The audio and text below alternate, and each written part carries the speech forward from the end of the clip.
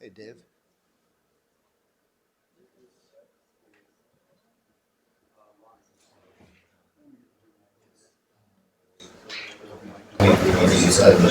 Do we know if Yeah, we tested them. okay, and the live stream is actually happening? The live stream, it's got like a holding, about to start. Okay, okay. Just waiting for us to flip the switch. Okay, because I don't think anybody else is going to actually do so.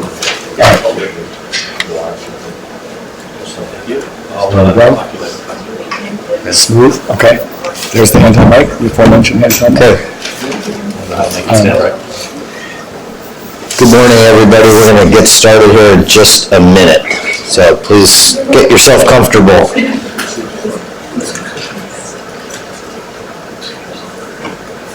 Not that comfortable. There we go.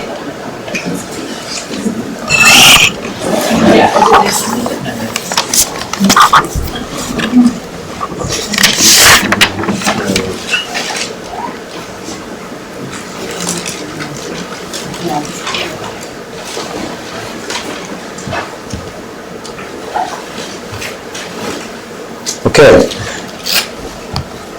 Welcome, everyone, to this workshop. My name is Brad Ack, and I lead the Oceans Conservation Program at WWF-US, and I'm going to be moderating this event. We are live streaming it also. We had 130 people RSVP'd and actually had a waiting list. So I have a feeling that the change in plans for ministerial might have had an impact on our attendance, but possibly people will be streaming in or filing in as we go on. But we're going to get started in respect of everyone who's here. So the title of this workshop is "What is the Arctic we need to sustain the global climate?" Which is sort of an interesting question if you think about it, because what is the Arctic that we're going to have is probably the first part of the question that we have to answer. What is the trajectory that we're on, and where does it lead us? And we're going to hear today from folks who have been doing a lot of science and research on that question. And then the next part of the question is, can we stand that change? Can we stand that change in the Arctic? Can we stand that change in the mid-latitudes? Can we stand that change on a planetary scale? And at what point do we get to tipping points that we might not be able to withstand anymore? And that's obviously an implicit question. What is the Arctic we need to sustain the global climate system? And then, of course, the next obvious question is, what can we do about it? Is there anything we can do about it? So we're on a trajectory. We've got some idea of where that trajectory is leading. There's error bars of certainty and uncertainty. There's more and more science emerging all the time, and information and signals that keep recalibrating that trajectory. but we know the general direction, and we know that there's some point at which it becomes untenable for people in the Arctic and for the planet. Then the real question is what can we do about it? And so we're going to have a range of talks today that will get at all of those questions, and we're really hoping, especially given the small size of the group, we're going to have a very engaged conversation with all of you about that, and hopefully it will be stimulating and interesting to everybody. We're going to start just with a short overview of the recent SWPA report that just came out. I'm sure most people have seen it, heard about it, but we thought it would just be a good scene setter since we were missing, given the change in time for the ministerial. We had the executive director of AMAP teed up to talk about this, and since he can't be here this morning, we thought we'd do this video stand-in. I think it's just a 2-minute video. So, Dave, do you want to make that work? I guess I can just do that. Oh, just clicking on this? All right.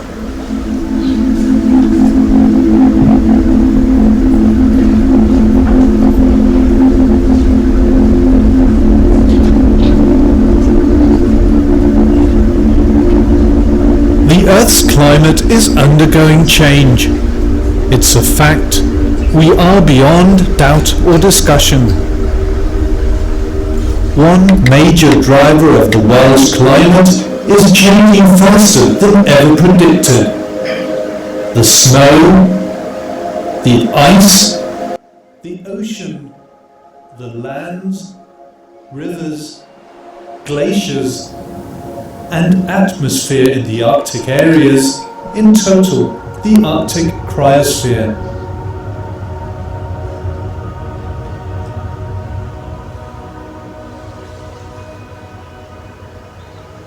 The Arctic's climate has been relatively stable for the past 5,000 to 10,000 years. There are signs now that we're moving out of that range of stability. And we see that the sea level is rising more and more. There's a lot of people that are challenged by this sea level rise. We can mention the Pacific Islands, Netherlands, Bangladesh. And as the sea level will continue to rise, it will be a huge challenge to adapt to these changes. If you have increased warming, that will then start to thaw the permafrost. And when you thaw the permafrost, the carbon will be released. It's released either as carbon dioxide or as methane. And methane is a much more powerful greenhouse gas compared to carbon dioxide. And because of that, we will have an amplified warming. This is just the beginning of the changes we expect to see. In the future, there's going to be even more dramatic changes, particularly outside of the Arctic. The Arctic is kind of the canary in a coal mine of the climate system, so the changes we see in the Arctic are the tip of the iceberg, so to speak. With the observations we have now, and taking into consideration the increased warming in the future, we can expect new scenarios in a series of fields. Increased warming over the Arctic, 3 to 7 degrees by year 2100, sea level rise somewhere from 90 centimeters up to 1.6 meters by 2100, loss of summer sea ice within 30 to 40 years, the risk of the Arctic becoming a substantial contributor to greenhouse gas balance, and more abrupt changes rather than smooth transitions. We more and more learn that instead of gradual changes, we see extreme events that are incredibly important, but we also see that some of the gradual changes are not gradual, they're happening much faster. In the Arctic, changes are occurring. By acting now, we can shape the course of the climate trajectory in middle latitudes and lower latitudes. So the opportunity is there to act now. The window is open, but it's a window that's not going to be open forever. We do need to heed the warning in a timely manner, and that timely manner is fairly short.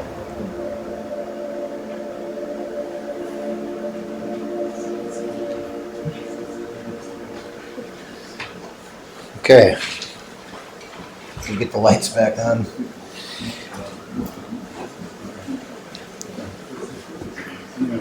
Thank you. So that's a good scene setter for a very brief overview of some of the changes that have been studied and monitored and reported on in the SWPA report and many other many other places. We're going to go much deeper into some of those and look at trajectories in critical parts of the Arctic system that affect the global climate and the regional climate. But we want to start first with one of the Arctic Youth Ambassadors. And this is a program that just started during the U.S. chairmanship of the Arctic Council, and it's designed to engage voices from the Arctic youth in telling the stories about climate change and impacts and a changing region. And so we have Kemuel Kenrud, who is with U.S. Fish and Wildlife Service and the Yupik people, and he's going to talk about some of the changes that he's seen. So thank you, Kemuel.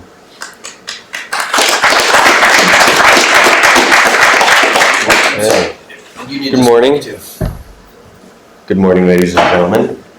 Today I'd like to share a little bit about life in Kodiak, which is in southwest Alaska. So some of you may know that Bristle Bay is excuse me, one of the more profound fisheries in Alaska. Produces salmon worldwide. You have things like Copper River, Trident Seafoods, and salmon is one of the mainstays in Bristle Bay. For thousands of years we've harvested salmon in the same way over and over and over again.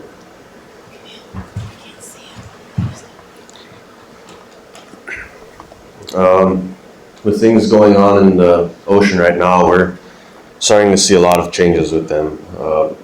I've got hundreds, if not thousands, of reports of deformed salmon, smaller salmon, less salmon. Fishing isn't as great as it was even 20 years ago.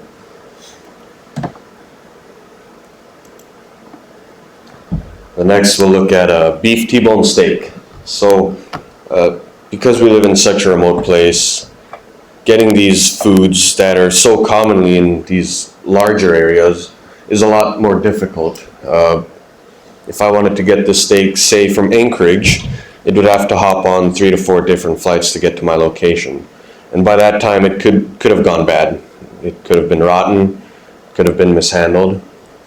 So due to all these shipping prices, this beef T-bone steak is $14.29 a pound, running at $102.60.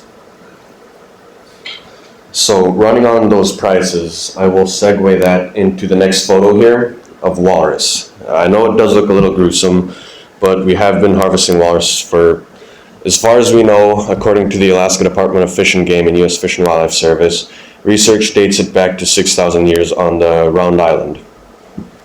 And we have been hunting them for a long time. So taking in the cost of all our hunting, say a hunting trip of 20 people to harvest 4 walrus, it's going to cost around $1,500, considering all the gear, fuel, boat uses, your snacks for the day. It's going to cost around $1,500 to get a 4,000 pound walrus at best. If you do the math there, you're running at $2.66 per pound for walrus versus the beef, which is $14.29 a pound. If I were to buy 4,000 pounds of beef from a slaughterhouse, that would cost me $57,160. And I'm not sure of any grants that are floating around Alaska that'll give me $57,160 to feed my community and multiple others, 31 other villages that the walrus feeds.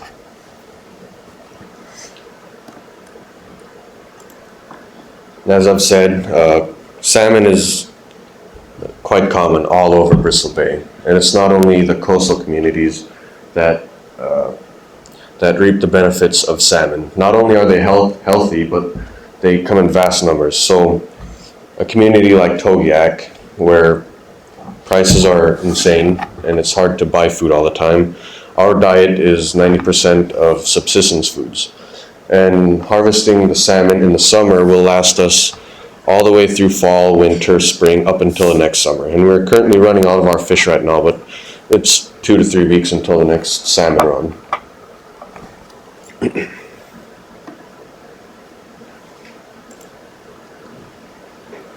So harvesting the walrus is something we've done for a very long time, and last year in October was the first time I've been invited by the Traditional Council of Kodiak to participate in handling of the walrus. I was given the opportunity to be a butcher and distribute the meat to the community of Kodiak and the surrounding communities.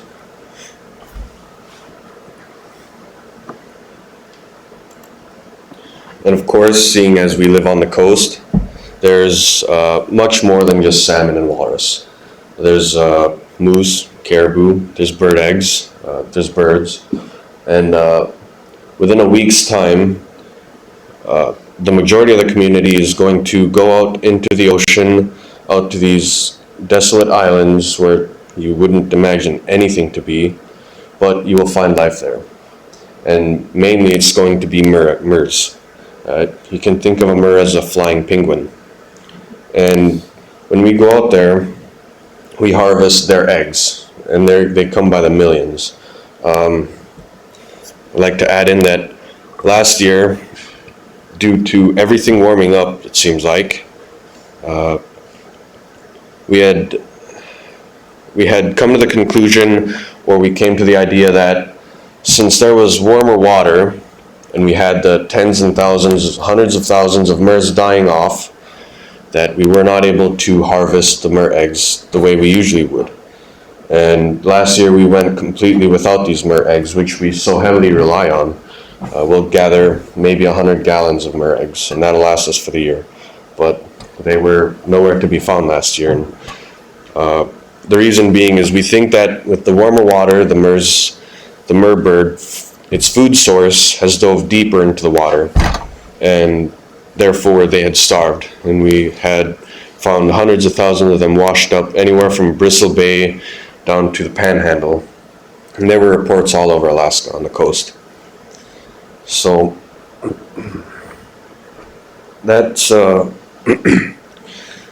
another thing I would like to add is that seeing as we have been harvesting walrus for thousands of years, we've been doing it the same way for thousands of years, we are starting to see a change of that.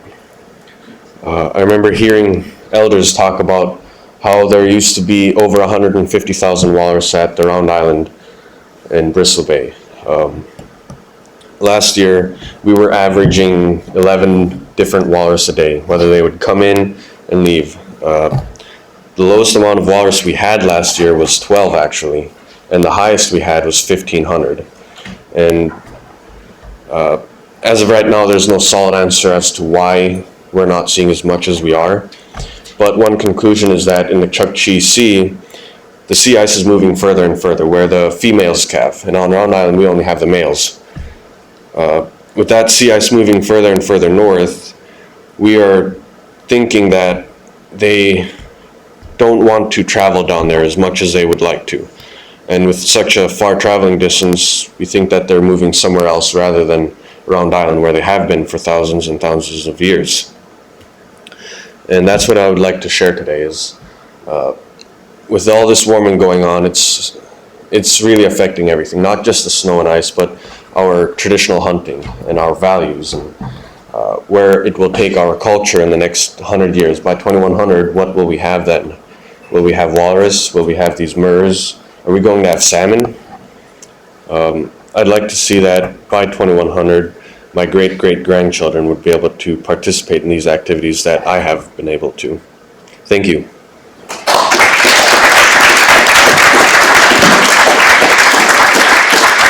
Then why don't you stay here just for a second? I was remiss, I should have said in the beginning, we're going to actually have a little bit of questions after each speaker just to break things up a little bit. So does anybody have any comment or question for Kimil?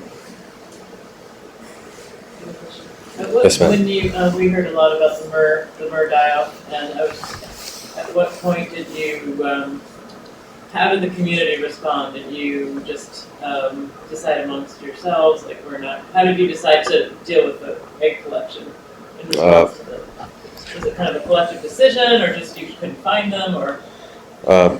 Our community took it harshly. Not being able to find the eggs, we had to substitute. Whether that was going out and collecting other eggs and having a tougher time finding them, or buying chicken eggs from the market, which is like $16 for a dozen of eggs. So we took it harshly, not only financially, but spiritually. Ever since I was a kid, 6 years old, I've been able to climb these islands and harvest these eggs, but last year was a lot different. We didn't harvest any, so we improvised, whether it's looking for goose eggs, duck eggs, or gull eggs. So even if they weren't there, we always do our best to improvise and think light of the situation. I just have one. Oh, go ahead, ma'am. You talked about moose and caribou. Is that traditional hunting in Kodiak area, or are there populations that are moving in that are what kinds of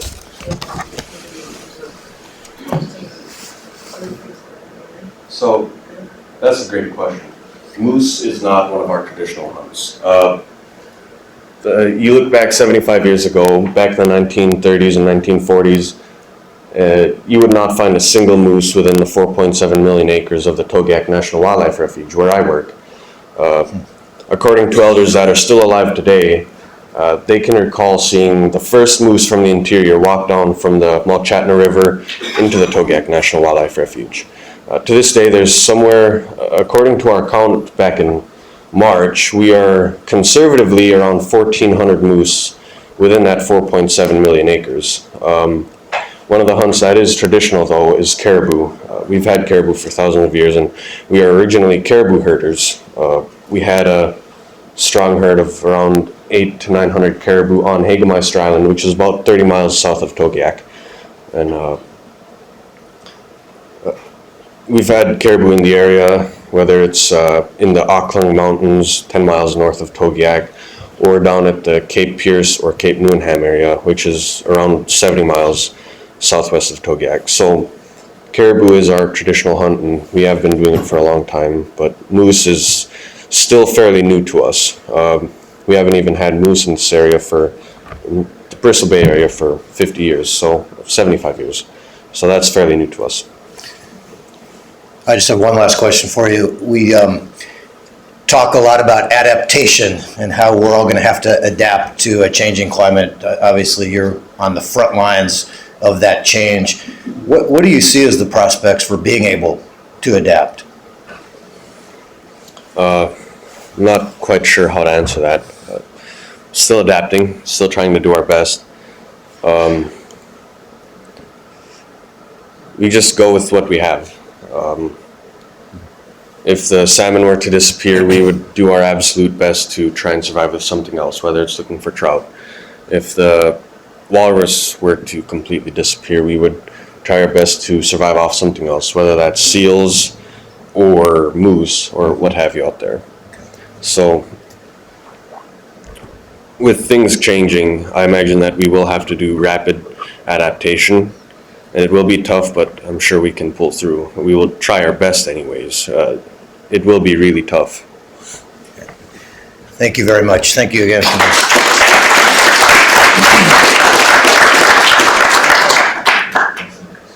So it's a change from the big picture SWIPA report to actually help the effects of these changes are changing people's ways of lives that they've had for tens of thousands of years. And we often focus at the larger picture and not so much at the smaller.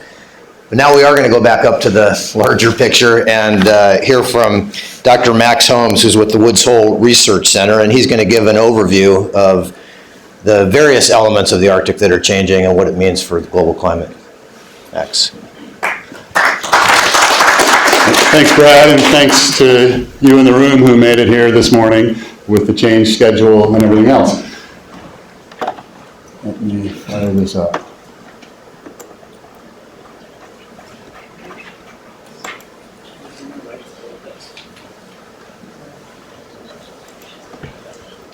So when I was asked to participate in this workshop or panel discussion, I was asked to consider the question, what is the Arctic we need? Which is kind of I found that to be an interesting and intriguing question. right from the start, I'll say I'm not going to answer that question, but I'll try to convince you that it's a worthwhile one to consider. And I have "we" in quotes because we can be the people that live in the Arctic, it can be indigenous residents of the Arctic, it can be the Arctic nations, it can be the whole global community. And I think we all have a stake in the Arctic.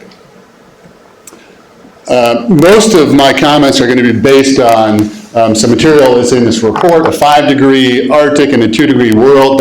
This report came out, I guess it was last September, just before the Arctic Science Ministerial in DC. I think there's some copies of that report in the back of the room. A number of organizations and people participated in the preparation of that report. Two of our speakers today, I did, Brad Ack and Rafe Pomerantz, Rafe with Arctic 21 and Woodsville Research Center. He'll speak at the end today. I was not directly involved, so I'm not encumbered by any inside knowledge of the content or dealings of that report. But what I want to do is think about, in various terms, Arctic and global interactions, and I'll approach that from a variety of different frameworks. And is it just me, or is it? Yeah, okay, here we go. And I'm going to start with what I think is the most common way that we think of Arctic and our global and Arctic interactions, and that is some of the ways in which global climate change is impacting the Arctic. And I'm just going to touch on a few of those. One, we all know, I think, that while the Earth is warming, the Arctic is warming even more. And again, so that's the basis of this report, 5-degree Arctic in a 2-degree world. And this figure just shows, this is basically a temperature anomaly over a 10-year period, 2005 to 2014, where you see basically it's warming everywhere, it's warming an awful lot more in the Arctic. And that's having all kinds of implications. We've already heard a bunch of those. The movie we saw touched on those. We're losing sea ice at a rapid rate. That loss of sea ice is impacting all kinds of different things, including the marine mammals that depend on that sea ice. I took this shot out of the airplane window yesterday afternoon. This is a glacier not too terribly far from here. Glaciers are retreating, are melting around the Arctic. That's another one of the big changes that's underway. Permafrost, this is a topic I work a lot more on. Permafrost is warming and thawing around the Arctic, and those changes on land can impact human infrastructure. This is a photo of an apartment building in the Siberian Arctic, and this is a fairly common scene around the Arctic where you'll see buildings essentially sinking into the ground. And in this case, you may see how this building is sort of falling into the middle as the permafrost. Permafrost is fantastic for building on when it's frozen, but when it thaws, it is not. And I suspect that Vladimir Romanovski, who speaks next, will talk more about that. And all of these changes, as we heard with the previous speaker, are impacting the people that live in the Arctic, and particularly the indigenous people that rely very much on the land and ocean and water. And this is just a shot of a Evenki reindeer herder in the Siberian Arctic. And all of these cascading changes are certainly impacting their ability to continue living as they have for thousands of years. All right, now I want to flip it a little bit and think about how changes in the Arctic can impact the global climate system. One which I spend a lot of time thinking about is permafrost thawing. The permafrost frozen ground in the Arctic contains about twice as much carbon as is currently in the atmosphere. That's built up over thousands and thousands of years, but as the Arctic is warming and permafrost is thawing, some of that carbon is released to the atmosphere as carbon dioxide and methane, which leads to more warming and so on and so on. Obviously with global consequences. As land ice in the Arctic is melting, whether that's glaciers or Greenland ice sheet, as land ice melts, sea level rises. Certainly that is having global consequences, and as that accelerates over coming decades, those consequences will become even greater. There are also some intriguing science being done about potential connections between weather patterns of the polar vortex in the Arctic and weather patterns outside of the Arctic. And as somebody coming from Woods Hole, in Massachusetts. Much of what some of the strange weather that we've seen over recent years could be connected to this phenomenon. This is a controversial idea, not everyone's on board with it, but it appears that there may be some interesting connections here. There are also connections with the hydrologic cycle. River discharge in the Arctic is increasing, adding extra fresh water to the Arctic Ocean. Land ice, as I've already mentioned, is melting, adding extra fresh water to the Arctic Ocean. That influences the salinity and density of the ocean water, and that can impact the global ocean circulation, which can have global climate implications. All right, now I want to switch to another frame for thinking about this Arctic global connection, and that is thinking about global climate policy and how that can impact what is happening in the Arctic. And I'm just going to give one example of that. Well, so this is from the Paris climate negotiations, and of course, lots of discussion about whether the warming threshold should be 2 degrees C or 1.5 degrees C or whatever it should be. But once we have those kind of numbers, the modelers do what they do. And there are lots of examples like this. This is showing permafrost loss over the rest of the century under different emissions scenarios. And I won't go into the details of that, but basically different policies or different emission scenarios for any different variable that you're interested in the Arctic. You can look at the implications of that on that variable. Again, this is showing permafrost loss under 3 different emissions scenarios.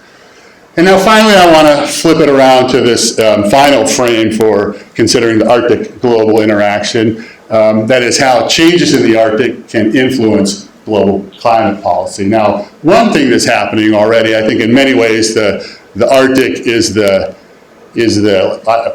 let's say the canary in the coal mine, or the case study for the impacts of climate change on the Earth system. And I think the changes that are already being observed in the Arctic help motivate, hopefully, stronger international climate policy. But as the title of this session suggests, and the title of my talk alluded to, we can think about sort of the fundamental question, back it up a bit and say, okay, what is the Arctic that we need? Again, that's a question that's considered in this report. If you haven't seen it or you don't have it, you can get a copy in the back of the room. And I'm just going to highlight a few of the recommendations from that report as I wrap that up. Now, the first is we need to figure out the Arctic that we need. We need to get together and think about, okay, how far can we pull back? And as Brad said at the beginning, I mean, the Arctic is changing. Part of that is figuring out where it's going. But at some point, we have to say, I mean, can we live with the Greenland ice sheet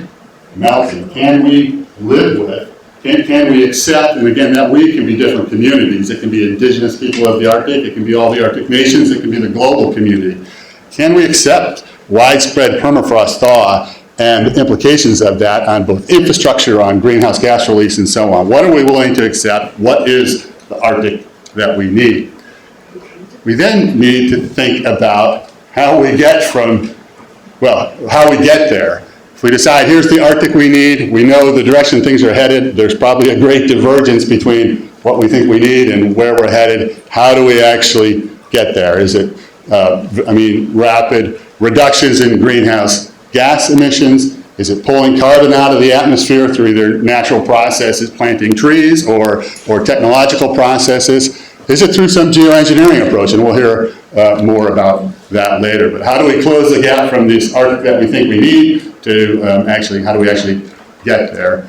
And finally, we need to speak with a unified voice to exert some influence for global action. And a really good example of a community that's done that is people from low-lying island nations. So very small countries whose existence is threatened by sea level rise. And these guys had a really big influence, I think, on the direction of the Paris climate talks. Their existence is threatened. They stood up. They were heard. And they were one of the reasons that I think the ambition at Paris, pushing toward 1.5 degrees C threshold, was greater than it otherwise would have been. So we can think about, okay, how can the Arctic community, the Arctic residents, the Arctic nations, the Arctic Council stand up and be heard to push for more aggressive reductions in greenhouse gas emissions or more aggressive actions to get us to the Arctic that we need. Thank you.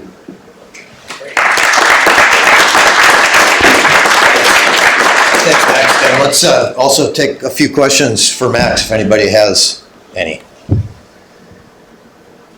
I'll see the questions. So the impact, the models that you showed, just the one quick graph of various emission scenarios and their impact on permafrost, all of them were bad, right? I mean, it wasn't that the RPC 2.6 was a good scenario, it's just the best of the worst. To what extent do the models take into account the feedback loops of permafrost continuing to melt and release methane and carbon?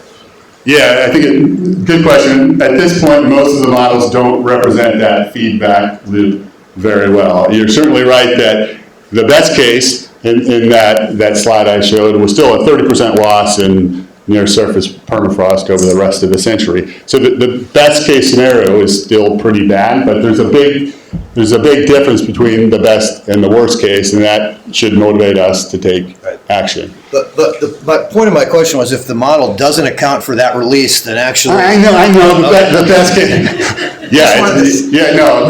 I wanted to confirm whether that was true. Yeah, no, that's right. So all of the feedbacks aren't there. And so the picture could quite possibly be worse than what is shown in that figure. Okay. Other questions? So did these models account for methyl hydrate release as seas warm?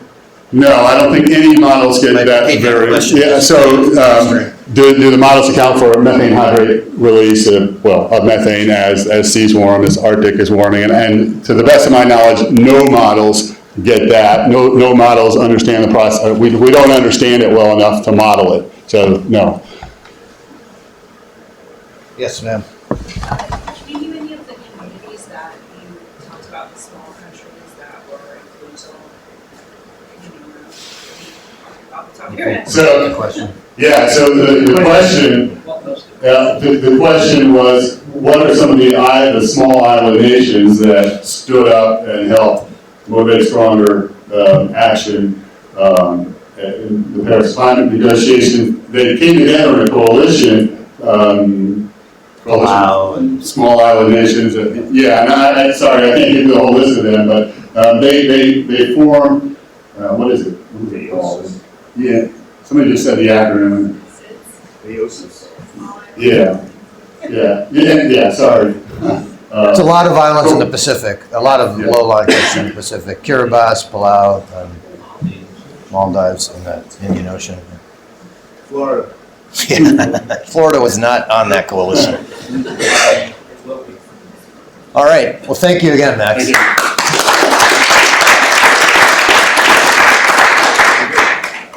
Okay, so for now drilling down deeper, pardon the pun, into the world of permafrost change, we have Vladimir Romanovski from right here at the University of Alaska Fairbanks. Thank you. Thank you for coming, and thank you, Max, to give some good introduction for what we should expect from permafrost. And I was asked to talk about global impacts. Like this.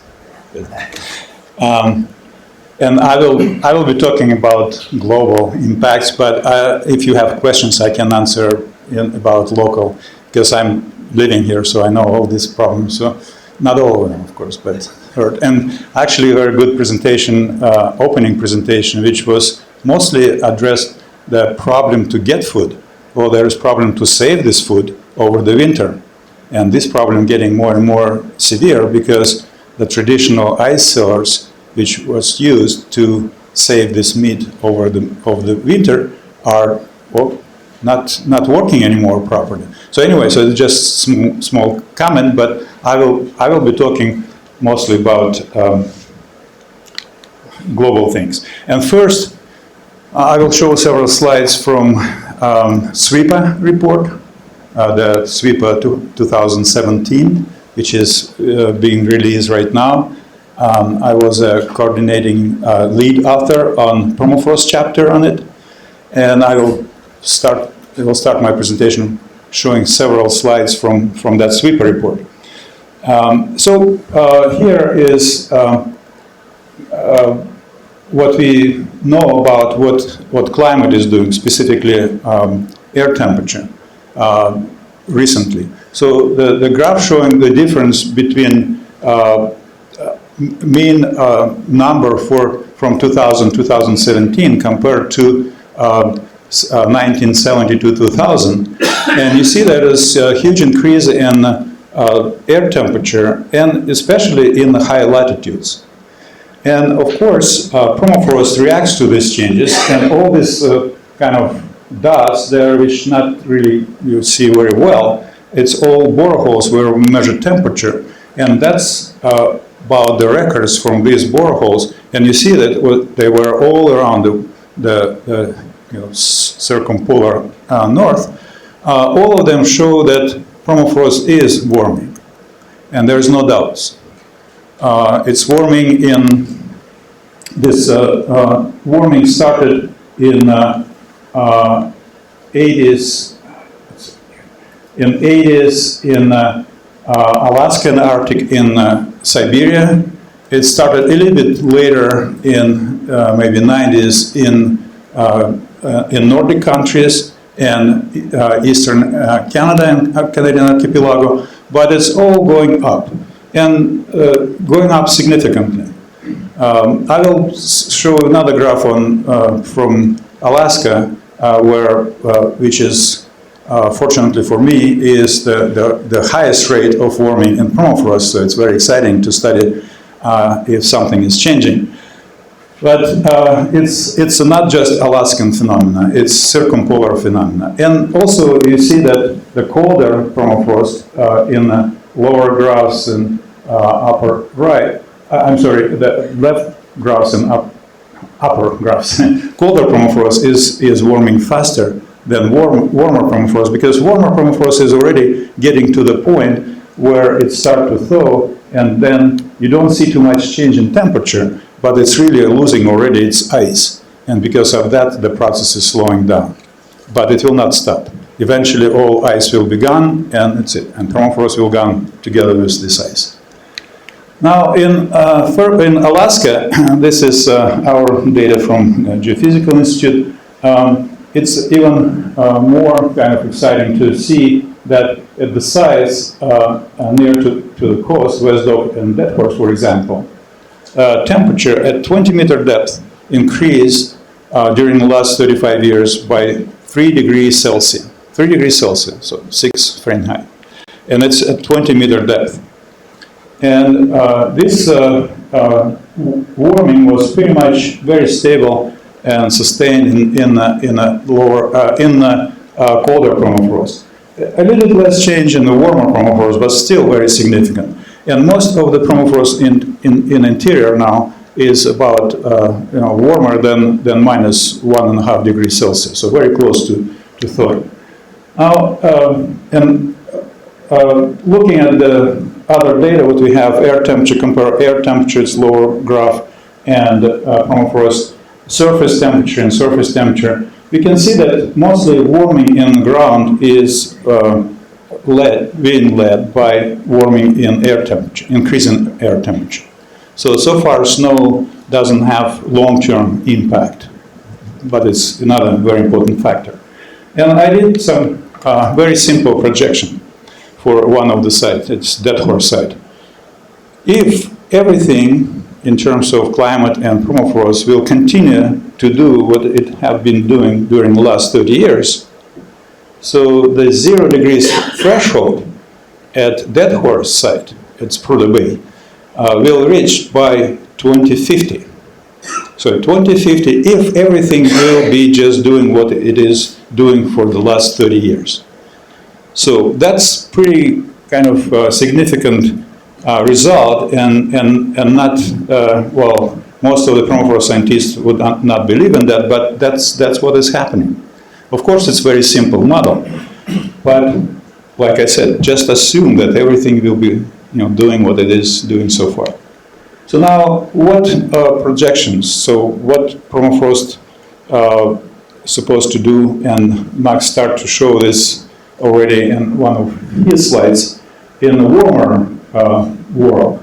So we look at some a little bit more sophisticated model than just the straight line, which I showed before, for the entire northern hemisphere, and permafrost temperature and distribution.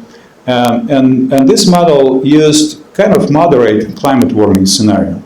It was from the previous IPCC, it's A1B, so it's kind of about probably 4.5 scenario. So it's not the worst, almost the best actually. And what we can see by 2050, according to this climate scenario, permafrost, all this red is permafrost is thawing. It's already gone from the surface. It's somewhere still maybe deeper, but few meters from the surface down, there is no permafrost already by 2050. So by the end of the century, well, about half of permafrost will be thawing, and that's moderate scenario.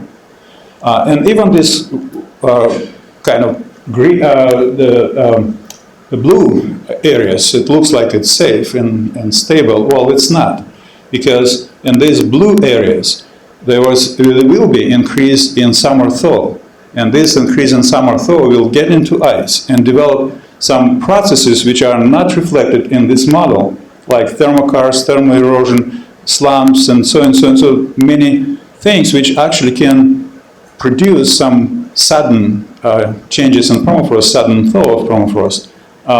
And that's, it'll be in many places in that blue area. So blue area is not safe either.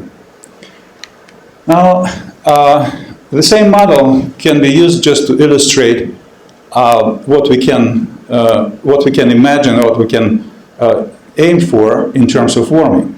So 1 degree of warming in the Arctic, I'm talking about Arctic warming, not global, will start thawing permafrost in this rim, southern rims around the permafrost area. So 2 degrees warming, and 3 degrees warming, and 4 degrees warming, and 5, and probably that what will be kind of realistic for that Paris Agreement, about 6 degree warming. So that's what will happen to permafrost if all these problems and obstacles Paris Agreement will be implemented. Permafrost, well, it will not help too much to keep permafrost at the base. So half of permafrost area will see thawing of permafrost with all these consequences. So the consequences, that next part of my presentation, the consequences. And again, I will be talking only about global, but we can discuss later some local things as well and regional. So global, of course, the first one, and it was mentioned already several times, I think, in the video, yeah, that thawing permafrost will release carbon, which is now sequestered in permafrost. And amount of this carbon, this is the map of the concentration of organic carbon in upper 1 to 2, 3 meters of soil. The problem is that, or kind of what is really, brought attention to this problem was the amount of carbon sequestered in permafrost. And there's some little bit older numbers, but they're still pretty good because they're all new numbers. They plus minus, 20%, so it's okay. So in the upper 1 to 3 meters, there's more than 1,000 gigaton of carbon sequestered, organic carbon sequestered in permafrost, which potentially could decompose and release as a methane or CO2 into the atmosphere. And additional to that, there is another more than 600 gigatons. So altogether, it's more than twice carbon is sequestered in permafrost compared to the amount of carbon in the atmosphere. So potentially, if all this carbon will be released into the atmosphere, the concentration will be tripled compared to presently. All right. So, and this is kind of, well, more or less known thing about carbon in the first two bullets. The real wild card is the third one. Hydrates, gas hydrates, and free gas below permafrost. That's a big risk, very unknown risk, but potentially very, very serious. Well, I will show some things about what is known and about this shallow carbon in permafrost. So there are some very active research going on right now with some modeling, but it's not climate models which include real carbon feedback. But there are some kind of specified models, climate models, which do a little bit better job on that.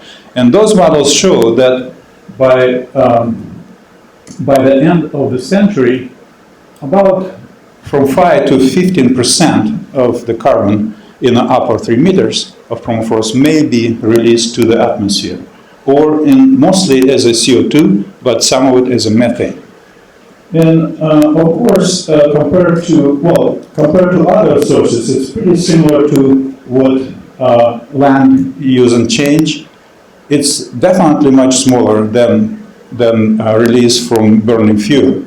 It's about 10% of burning fuel release, about. So compared to that is small number, but not small enough to be ignored. And if this all this attempt to keep amount of greenhouses in atmosphere will not account for this additional, they will fail to reach the goal. It's simply like this question.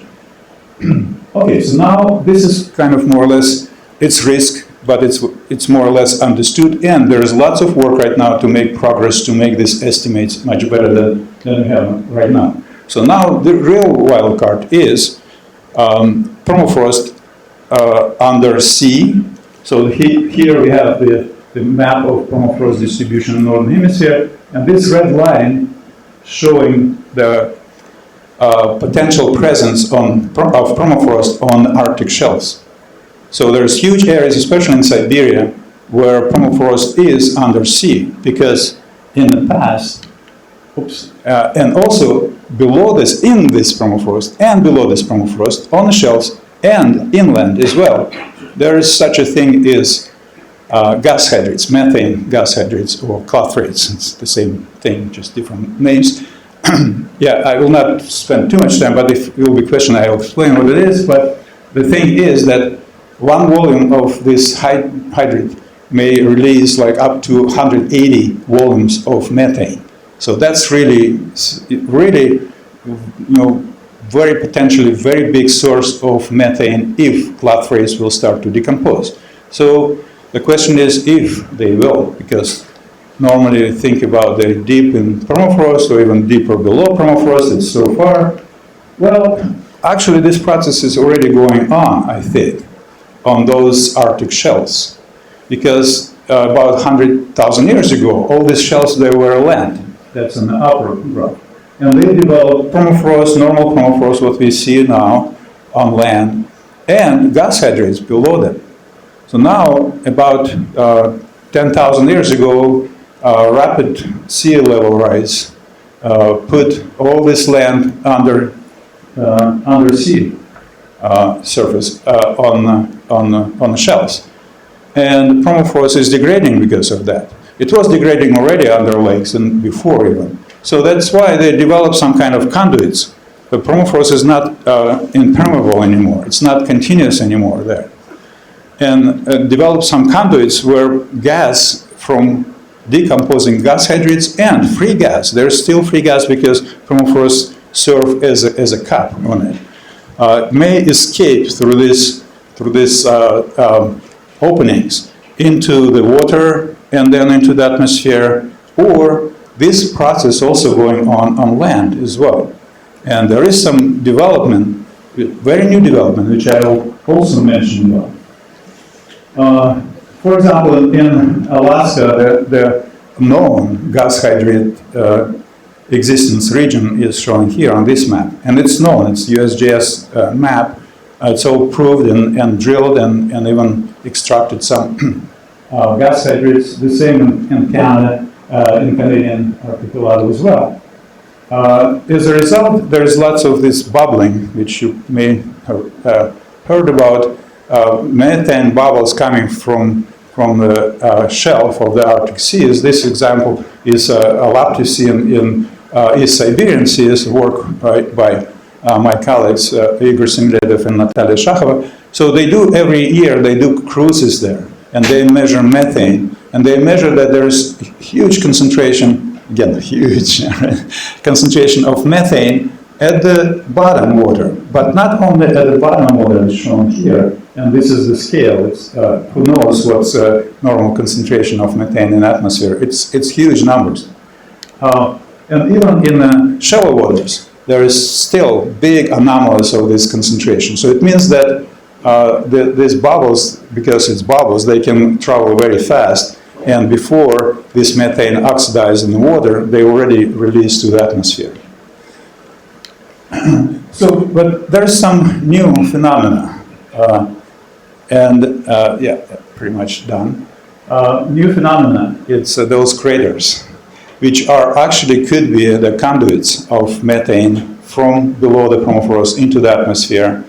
And well, I don't have too much time. I will just show some slides just to impress you, and if you have questions, I will explain. So there's several of them just suddenly appeared in the Yamal Peninsula about 2 or 3 years ago, and it's about 30 meters in diameter and 50 meters deep. Look like this on the wall. It was actually erupted, those things, and pieces of dirt was thrown by 100 meters away from the crater. So it was huge pressure in this thing, which powered down. And now in the winter, people get into it, and how it looks like. It's already half filled with water during the summer, and that's interesting thing. So when they discovered this hole, they measured methane concentration in the first summer after it happened, and it was 6%. 6% of methane was on the bottom of the hole. So it is related somehow to methane, and it could be a source. Of course, if it's just few of them, they're no worry, but we don't know. Maybe they will became very, very common. So now there's some, at least 7 of them was happened. 7 in West Siberia on the north. It's on the map here in the red dots. And what is interesting that before it looks like small pingo. I don't know if you know what pingo means, but it's kind of hill about 40, 50 meters in diameter, 10 meters high. And then, see, this is very high resolution images. So that was right before, well, in 2010. So, and then in fall of 2013, it's erupted, developing a crater. So that's kind of remote sensing pictures of that. And by now, after all time, it's just became a lake. So this is the latest images, right here. Yeah, this is the latest from the last summer, and it's just lake. And we have thousands of hundreds of thousands of lakes there. So maybe some of them really this kind of origin. All right. So the same thing, it's a different place. So it happened. So it was a small finger here, and became a hole. It's another place, and the very short. So it's all about climate. But now I would argue that there is another global impact of thawing permafrost. Its impact on infrastructure, and especially on gas and oil infrastructure, gas and oil pipelines, because it's question about national security and maybe even global security. So, and there is lots of things to think about it. Just newly built 2 years ago, finished this pipeline across all permafrost regions in Russia, in Siberia. And it's already, well, that's exactly this pipeline. So it was just simply buried into the permafrost.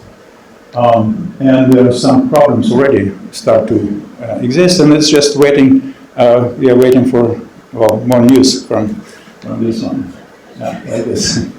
All right, I think that's it. Okay. More information on the website. Thank you. We'll take one question and then we're going to have a break after the speakers, and then we're going to come back and have an open conversation, so you'll have a chance to get deep into this if you want to. But one question for now. So, Vlad, I was just wondering, now that the permafrost is warming, is that an irreversible trend, or if we somehow manage to reduce or slow the rate of cooling? Yeah, it's a good question. It is partially reversible. If, say, climate will start to cool and permafrost is still stable, it will start to cool as well. It's just following climate with some kind of delay, but it is. Irreversible part is release of this carbon, which was sequestered for thousands and sometimes tens of thousands of years, and also big massive ice bodies, which were also developed during the whole previous glacial period. So those disappearance of those components is not reversible in our time scale. Of course, new hundreds of thousands. Yeah, new ice age will bring all this back to there, but it will be about yeah. Well, not only us, but maybe human. Yeah, I don't. Yeah. No projections, but it's about 40,000 years. Okay. Thank you, Vlad. We've got some questions online. Can we just take one? Sure, we'll take an online question. So there's multiple, but we have a question kind of about permafrost over time compared to earlier estimates. What would you say about the knowledge you know today? Does it surprise you? And what can you say about earlier or decade-old estimates on permafrost? Yeah, it surprised me definitely, and it surprised. Oh, the question was if this new estimates of degradation of permafrost it surprised me. Pretty much that. It's short, yeah. And I start to answer, yes. It surprised other people as well. It surprised them so much that they don't believe in that. And even permafrost scientists, they would say, well, no, it's impossible. Permafrost on the North Slope will not start to thaw anytime this century. But with being more realistic, well, if you can say this, more realistic about climate scenarios, but at least range of them, we see that at some range, like more like 8.5, for example, scenario, will start thawing permafrost on the North Slope of Alaska, and it will be happening at least at the half of the area of the North Slope. So it is very surprising. It's not surprising that it's surprising for me that it's keep going, warming, I mean, because I'm kind of cycle person, It goes up and then it goes down. That's what we see from the past. And a recent 10 years or 15 years ago, up was, I said, okay, it's one up and then it should go down. And that time, about 10 years ago, I said to myself, so if it will not go down, that's it. I completely believe in global warming, and it will be, for me personally, no questions. And that's what happened. It's going up and up and up, when it probably should be going down according to natural variability. Thank you again, Vlad.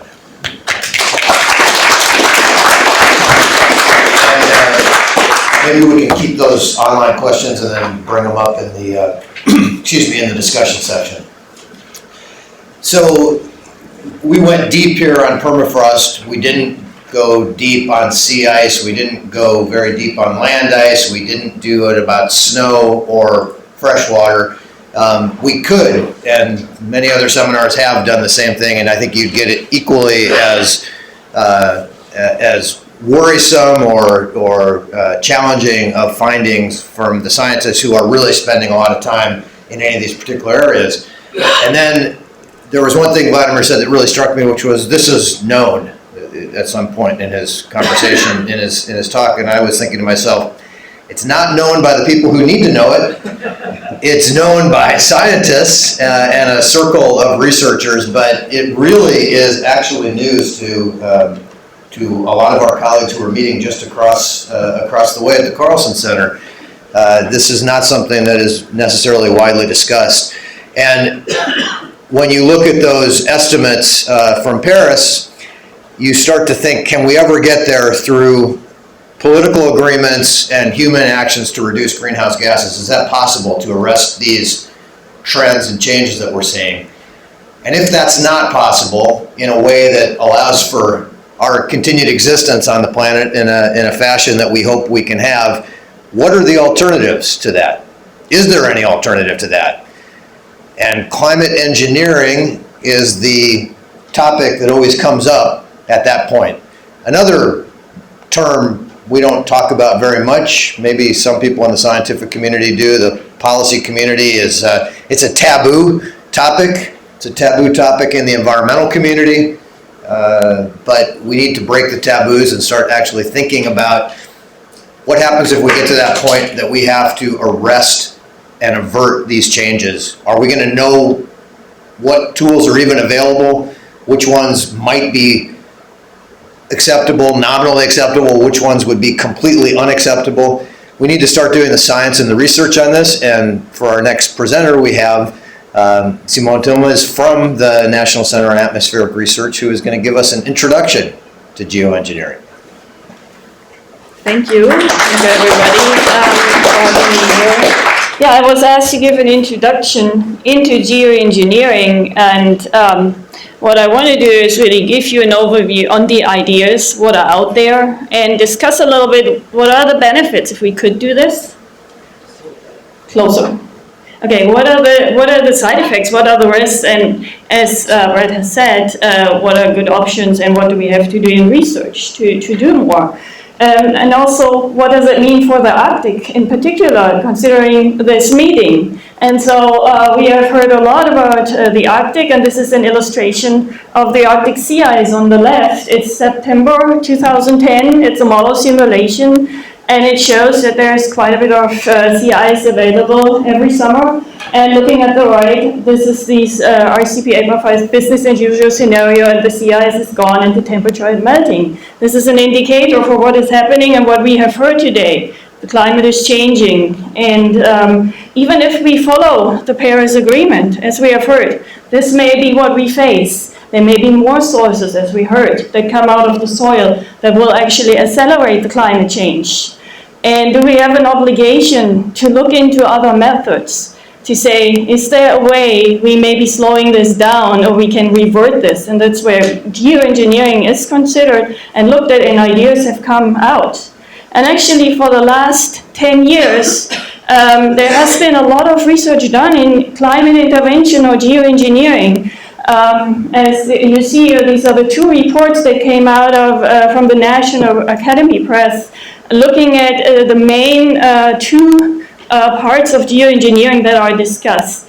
And one that is called the carbon dioxide removal and reliable sequestration, which really tackles the source of the problem, the increase in greenhouse gases. So we want to try, in this scenarios, people want to try to remove CO2 out of the atmosphere actively. In addition, what is already done in the nature, the oceans take up a lot of CO2, the trees take up a lot of CO2, but can we do more?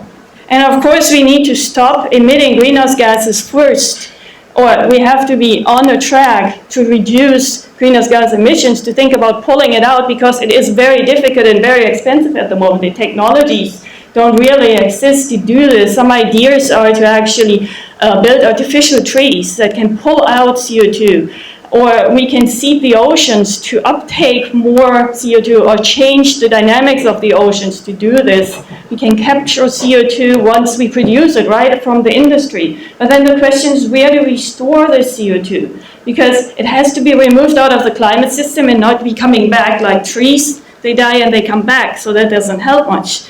In that way, there's limited storage available, and we have to figure out where to do this, and it may come back and may not be safe.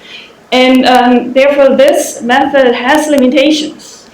The other part is tackling more the symptoms of the problem, which is the warming with increasing greenhouse gases. So we try to make the planet more reflective, And in that way, we try to cool the surface and not letting that much sunlight reach it. And this is usually called reflecting sunlight to cool the Earth, solar radiation management. You may have heard that term. And there are many methods there too that people think about it. And one often mentioned is let's paint roofs white and increase the reflectivity, or change grass in a way that it's whiter, or crops. So we really try to increase the reflectivity of the planet, but often those methods are not very effective because they are small scale and it doesn't help so much. So the next one is maybe we can modify the clouds. There are lots of clouds, and especially this is one scheme that is called it's brightening of the clouds. And you see here is an illustration of a ship that could be built, and people have designed to do this. They are remotely controlled, and they would just float over the oceans, for example, over the southern oceans where a lot of low cloud exists in a pristine area, and then you spray sea salt up in the clouds, and that makes the clouds brighter. And since at some location on the Earth there are a lot of clouds like this, you get a really big, strong global impact and also local impact. And it's even discussed that maybe this ship could help now to save the coral reefs in Australia. So maybe we can do something locally. The problem with these approaches is that cloud physics is very difficult to understand still in the models, and so there's a lot we don't know and if it actually works. Other approaches even tackle the high clouds, the cirrus ice clouds, and try to get them away because they warm the climate. This is called cirrus thinning. Another method that is discussed is a stratospheric aerosol modification. And this is really something that we have learned from nature, from volcanic eruptions. Large, big volcanic eruptions in the tropics inject gases and aerosols up into the upper atmosphere, in the stratosphere, 20 to 25 kilometers in the atmosphere in the tropics. And the gases form aerosols very shortly and distribute quickly around the globe. So after half a year, like we had in 1991, the last eruption that emitted about 10 teragram of sulfur into the stratosphere, and we saw a cooling for about 2 to 3 years on the third surface. So we already have this analog. It is actually, in a way, working. And that's why scientists said, can we do this? Can we also emit gases into the stratosphere and do this continuously to achieve some kind of cooling? But of course the question is, how do we know that that works? And what are the benefits for this? And what are the side effects? What are the problems? That's an important question. And we can observe volcanoes, but they don't happen that often, of course. We cannot trigger them to test it. So what we do is we use climate models. That's our tool right now. We do use climate models to say, can we actually cool the climate? And there are many people, many modeling groups that have come together to do experiments. And as you can see here on these slides, we looked at surface air temperature change. On the one hand, when you do have a lot of CO2 in the atmosphere, and then you compare it to a case where you increase the CO2, but then in addition, apply the solar radiation management. And you can see, yeah, we can actually cool the climate back to the conditions what we had it. It is working in the model, and that of course has some benefits. If we can do this, if we can actually reduce temperatures, we can reduce all the side effects that climate change brings back. I mean, at least some of them. And depending on when we do it, because we just discussed, some are reversible, but some are irreversible, but some we can bring back. For example, the heat waves, the excessive flooding, some of the sea ice, and that also causes, of course, when we do melt glaciers or the Greenland ice sheet, we would maybe prevent high sea level rises with this method. But of course there are side effects, and the next slide and the next figure kind of shows some of the benefits, but also some problems and risks, and I want to walk you through this figure. So what you see here is a scenario what some models did, where you see the gray line, increasing CO2 1% per year over 70 years, this gray line, and you see the temperatures on the top are increasing. I hope you can actually making this out. And on the bottom is the precipitation. Precipitation is increasing. We have more heavy rain events happening with climate change. And the second scenario shown here in the black line is the yellow range. And in this way, the models apply solar radiation management to keep the temperatures for 50 years. And they actually achieve to keep it from not changing. But after 50 years, the idea is to stop geoengineering, and this is a sudden termination. And as you can see, the temperatures do rise back to the original values. And for the precipitation, what you see actually is the precipitation is not staying the same, even though the temperatures are the same, but they go down. So for some of the known side effects of this approach is that we reduce rainfall, and that can change the water availability. It is not quite clear what that really means, how it impacts crops, how it impacts other places, which has to be really looked at, and we don't know exactly. The other thing is, what I haven't mentioned yet is that these particles get emitted into the stratosphere, and that's where the ozone layer is that protects us from the ultraviolet radiation, which is harmful to people. And with this method, we may delay the heating of the ozone layer that happened in the last decades. So that's another problem. And then there are uncertainties in regional impacts, as I already said. One of the largest risks with these approaches is probably if people would apply a solar radiation management without large-scale mitigation. And I think you really nicely see this on the top plot, because you see if you increase greenhouse gases, the temperatures go up. If we want to geoengineer, we have to continuously increase the amount of sulfur injection on other particles. So if we are not on a pathway where temperature ever go down again, we're committing forever. And this increases, of course, the risk for these termination effects. At one point it is happening that we cannot sustain this, and we would keep going and going. And that's why there is even no way to apply any of this scheme without ambitious mitigation in climate change. So it's just not sustainable. And then, of course, there are unknown side effects that always could happen. Although, of course, after volcanic eruptions, we haven't seen too many, but maybe on the ecosystem and so on. And coming back to that, this is a global application. So there are political implications for this problem. And I mean, that's a whole different talk, probably, political and ethical question, but it requires international agreements. It requires the question, is this the right thing to do? Do we want to do this? But we want to, in a way, do this in a reasonable way if we want to apply this. And that's something that we are thinking about now. There's the question on how can we actually develop strategies that reduce these side effects and reduce these risks. We're starting to think about it. In the past, we looked at the volcanoes, or we looked at these scenarios and said, okay, we inject some sulfur in our model. What are the side effects and implications, as I described to you? What you see, for example, on this plot is that the Arctic is still warming more than the tropics. And that may not even be enough for us. We may still get permafrost thaw or other things that we don't want to. Also, the precipitation issue. We get shift in precipitation. But it could be that it's just how we apply this, because precipitation shifts occur if you do an uneven application of solar radiation management. So we are thinking about how do we do it better to set climate goals to reduce these effects. We want to set climate goals to reduce the Arctic warming. We want to reduce the impact on the precipitation. We could think about choosing particles that are different, that won't destroy the ozone layer in that way. This is a new way that we have to think about it, to say, is this an option that can be produce maybe a safer way of applying geoengineering?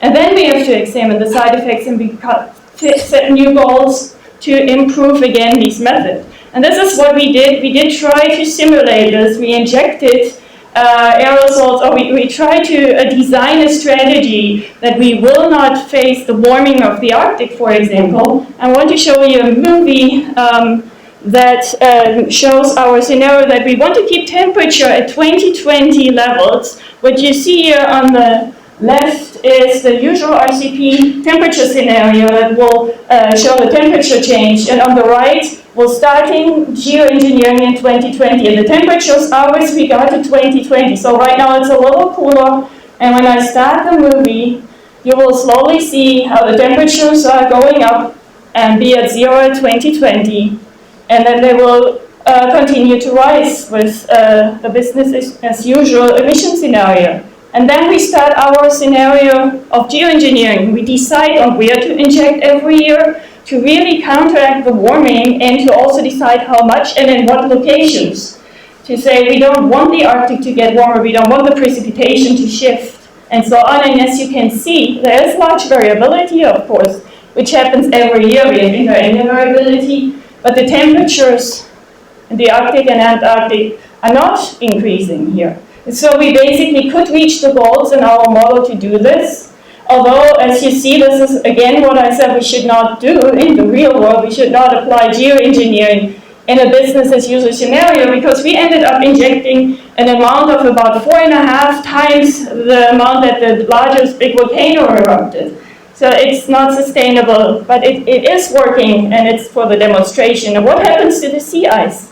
When we look at the sea ice, and this is the same simulation, September sea ice, on the left, RCP 8.5, you will see it disappear, and on the right, we apply geoengineering in addition.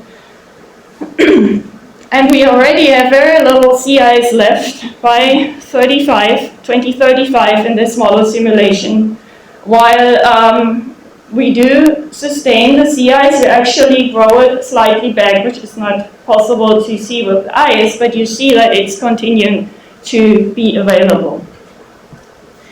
And so the next step here is really to work on these strategies and to get more research, and that's why we need a research agenda. Because if we decide that we ever want to use this type of implication, or maybe we have to use it very soon to keep very dangerous climate or impacts from climate change, we will very soon have to do much more research. There isn't a lot of funding available right now, and so there isn't also a very coordinated effort at this moment. So we would need an international research effort to really understand what is going on. And the central tool is really Earth system models. I'm not proposing experiments, and I'm not proposing to start geoengineering at this point. It would be dangerous because we don't have the knowledge. We really need to understand more to design these strategies. There are suggestions for experiments already to do, and I think they can be useful to understand and improve our climate models, but that should be really the main tool. And that's why we need frequent assessment as well to inform policymakers and society to make really serious decisions on this. And so to summarize, well, I showed you we can actually save the Arctic sea ice as an example for we can control the climate with this type of new strategies. But of course, there has to be much more work to be done. We need comprehensive research and develop these safer technologies. So, and never to forget as a last word, we can only use it in combination with rapid decarbonization and to reduce the risk of climate change. Thank you.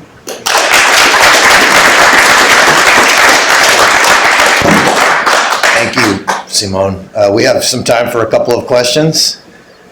Yes, ma'am. I'm wondering if you've modeled any of the potential impacts of solar radiation management on agriculture and also solar energy production. Yeah, we have modeled impacts on agriculture, and the problem is at this point, the models that really have agriculture included are very uncertain, and the impacts are usually two-sided. It depends on what crop you look like. Some crops do better with geoengineering. Some crops even do better with climate change. But in general, with climate change, we get fruit reduction. Geoengineering improves it in some senses, but other crops don't do that well because of this very much sensitivity of crops on temperature.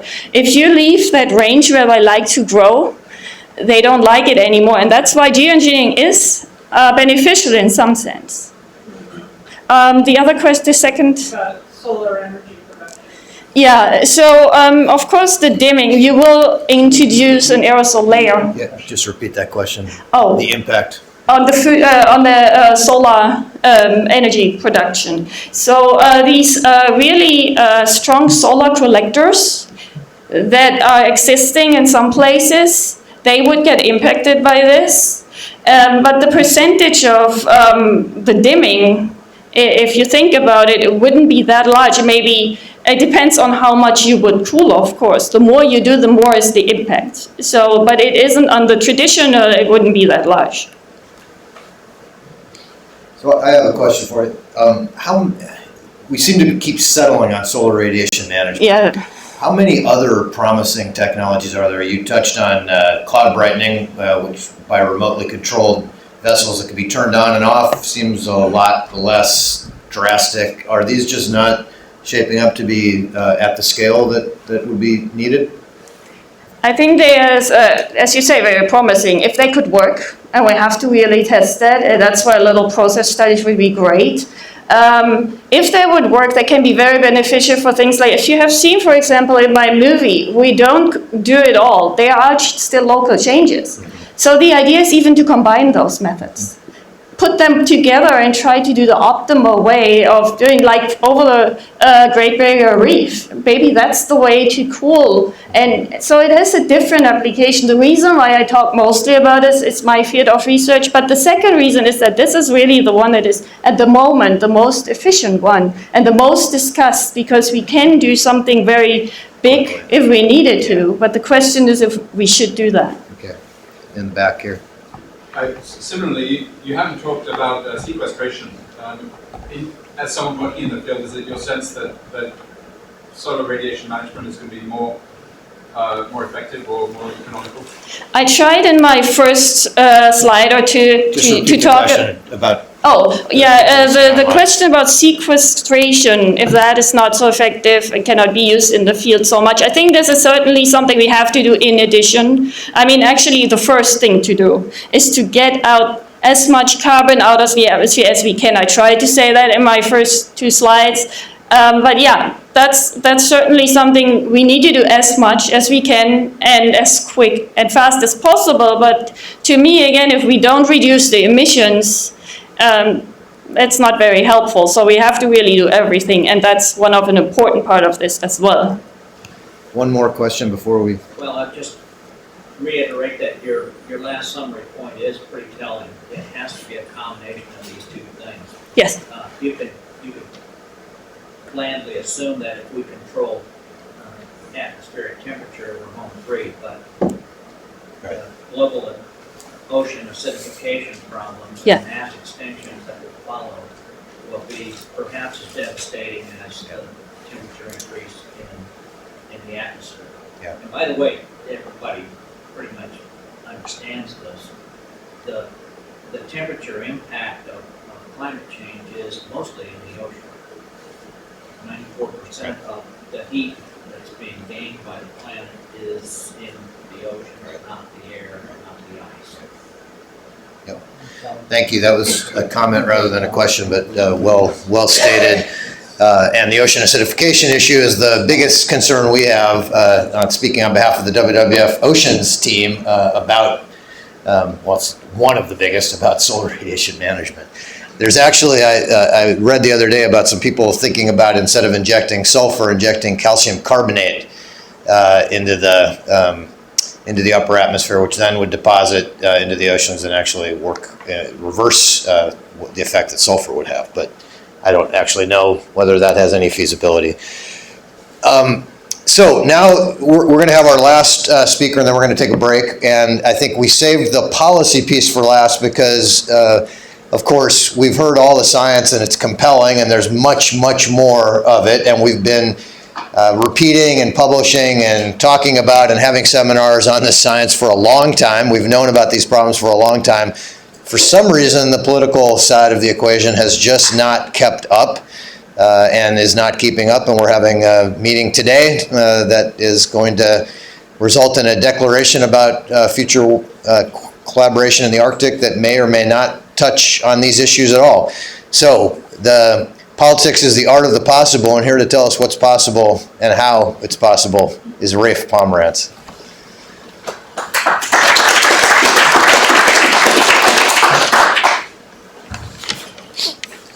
Thank you, Brad, and welcome everyone. I'm the chair of Arctic 21, which sponsored this session. I'm delighted my colleagues are able to come together and give a really good overview of the situation that we face. And Arctic 21 was born as the U.S. assumed the chairmanship of the Arctic Council, and we supported a decision by the State Department to make climate change a focus of the U.S. chairmanship, which was a really, really important event when it occurred because it gave a great deal more legitimacy to focusing on the impacts of climate change in the Arctic and globally, and in the lower 48 of the United States, which goes to Brad's point, how do you change the politics? What does the Arctic have to do with the politics of moving forward? And I'll give you one word answer, Florida. You know, well, why am I up here in Fairbanks and mentioning Florida? Well, if you want to solve the political equation in the United States, Florida is the most important purple state. Wither Florida, wither the presidential election. So what's an existential threat to Florida? Sea level rise. Right, from where? Greenland, the Canadian Alaskan glaciers, among other places. So our one-liner in our campaign, in order to fix the politics, was the fate of Greenland is the fate of Miami. And as far as a one-liner goes, it's done pretty well. It's lasted 3 years. We keep hammering it. And in fact, in Florida, there is beginning to emerge a bipartisan effort on climate change. Can you believe it? We've been locked down in U.S. politics for a very long period of time because we haven't been able to get bipartisan support because you need massive policy changes to begin to solve this problem. And if the United States Congress can't move, that limits the entire global situation. Because when we go to negotiate, assuming we stay in the game, and it's not clear we will if we pull out of Paris, but when the Paris Agreement was a complete reflection of U.S. politics, the targets or emission goals are voluntary. Why is that? Because we only have in the U.S. so much authority without new laws. Well, how do you get a new law? You have to go to Congress. But we know the Congress won't give us any new laws to deal with this because there's no bipartisanship. And so the U.S. negotiators have to come back with an agreement that doesn't require any new laws. I know this. I was the chief of U.S. negotiating for a while in the 1990s when I worked at the State Department. And it's not pleasant negotiating on behalf of the United States because you know it's pretty limited what you could deliver because there's no bipartisan consensus in the Congress that there's an urgent need to deal with this. So in order to solve this problem, so the point of that is that the U.S. Congress holds back the rest of the world. Because the U.S. negotiators can only go as far as the U.S. Congress is willing to go. The other piece of it is if you agree to a legally binding treaty, which Paris is not, you have to get the Senate to give advice and consent. That requires 2/3 of the Senate. Can you imagine this Senate ever getting to 2/3 and approving a treaty? That's like 20th century U.S. politics where that was possible. My notes did not have me beginning there, but in a nutshell, the Arctic is the path to solving the political problem through the sea level rise issue. The state of Virginia, the state of Florida, state of Louisiana, the city of Boston, the state of Massachusetts are all at risk. And many of Brooklyn, much of Manhattan. So the Arctic is about at least 1/3 of the global sea level rise problem right now. So in a way, what happens is that the Arctic is a threat to the U.S. national interest. So solving the climate problem is all about protecting the national interests of the United States. And I think that's the way we ought to go about it. And so Arctic 21 is about helping solve the political problem in the United States. That's one of the things we do. So what we started out, to communicate what we call, a very important word in this effort, that we've almost got into the lexicon of climate change, which is the unraveling of the Arctic. The scientists like to say change, not all scientists. Change is a lame word to describe the Arctic. Excuse me. But you have to have something that's realistic in describing what's really going on. And its unraveling is almost too weak. And now we might say the unraveling has accelerated. But what do we mean by that? Sea ice, spring snow cover, thawing permafrost, shrinking Greenland, and the loss of the Canadian and Alaskan glaciers. Because the Canadian and Alaskan glaciers are large enough in volume, they are a significant contributor to sea level rise. So that's the unraveling.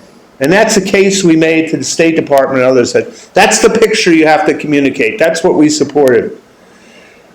And today you see the emergence of point 2 in the Arctic 21 effort, which was to develop a policy framework for the Arctic in the context, as Max put it, in the global climate situation. And we started with the question, what is the Arctic we have to have? And then it got elaborated in a sense in this workshop, what is the Arctic we have to sustain the global climate system? You have at least 3 pillars or more of the global climate system that are dependent on a cold Arctic. On a cold Arctic. Number 1, the ice storage in Greenland and the glaciers holds back massive sea level rise. Permafrost, the cold permafrost, holds back a massive feedback of warming. And the loss of sea ice and snow cover reduces the reflectivity of the planet so much so that it's a major feedback in the climate system, contributing to warming not only in the Arctic, but globally. So those are just 3. Ocean circulation is another. So we asked the question, what's required to sustain the global system?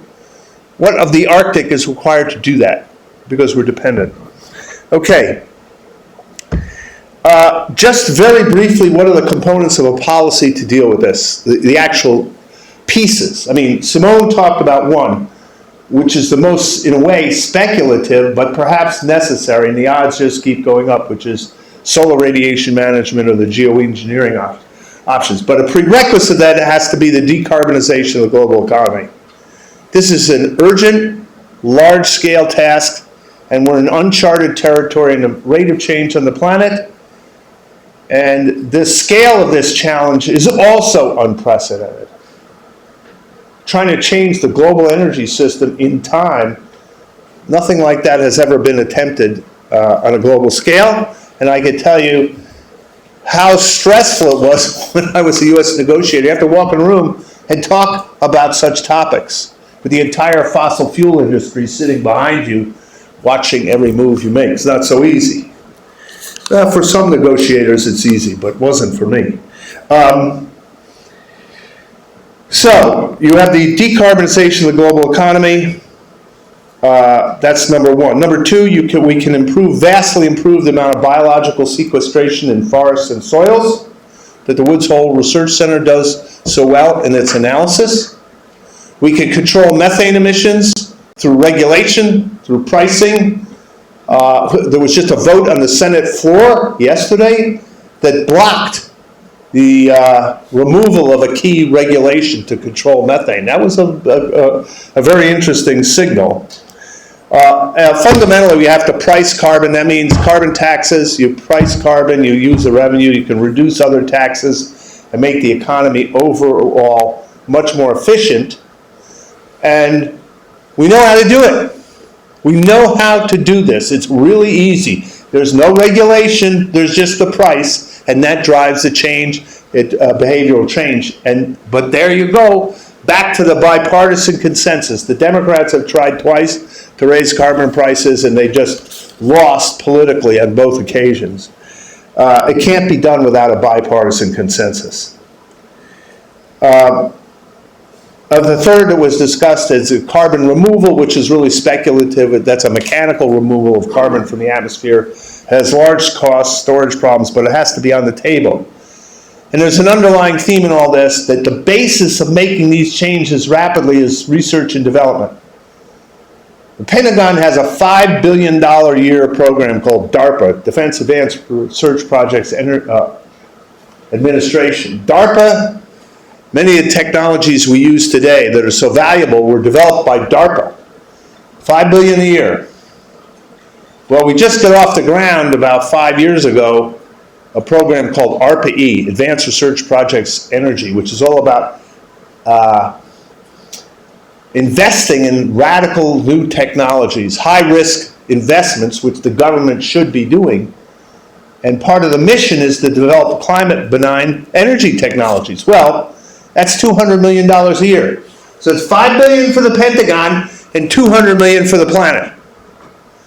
And I just thought that was a good joke, sort of, but the comparison. But it's a very serious, and it just shows where our priorities are. But it's one place we can change the risk. I'm not saying take the Pentagon's money away. We need to increase the R&D on technologies that go to save the planet's fundamental systems. And those, that can be energy, it can be the geoengineering, the carbon removal across the board. Okay, that's the policy framework. Those are elements. You need the politics, as I've discussed. You need the policy. So what's going to happen next? 2018 is a really important year. In 2018, there will be a stock taking of where the nations of the world have gotten under the Paris Agreement. This will be an important process, and part of what's going on here at this Arctic Council meeting will go directly into the stock taking. And how does that work? Well, the Arctic Council scientific body just finished a major assessment. SWIPA, snow, water, ice, and permafrost in the Arctic. Well, that assessment is going to be part of the stock taking. It has to be. What does it imply for what the nations of the world have to do? And the state of the Arctic is, as we say, is an accelerating unraveling. And this will play a larger and larger role in the global negotiations as people realize the implications based on the kind of talk that Vladimir gave. So Arctic 21 has been all about trying to bring greater attention to those impacts. So the stock taking is one, and then there's a second process under the Framework Convention being carried out by the Intergovernmental Panel on Climate Change, which is to look at how the world might achieve 1.5 degrees centigrade as a global temperature range. Well, there's no way it's going to happen, my guess is, without the kind of thing that Simone was talking about. Because we're kind of at 1.5 today. We're very close to 1.5. But I'll leave it to the IPCC to come back with the answers on that. But it's a pretty radical concept because carbon dioxide concentrations have already gone from 280 parts per million pre-industrial to what, 410 today? So, and if climate sensitivity is around 4 degrees, we're very close to that. And the third thing, which actually won't get done in time, is a IPCC assessment of the cryosphere and oceans. But that's not due till 2019. That's why the SWIPA report will dominate the cryosphere and Arctic input into this stock taking. And the stock taking then leads the parties of the Paris Agreement in 2020 to determine their next set of emission reductions. So that's the politics. We need a bipartisan consensus in this country to move. We know what the policies are. We know what the R&D priorities are. We know what the risks are to the planet and our way of life in the 21st century and beyond. The question is whether we can pull ourselves together to address this in a significant enough way. So, thank you.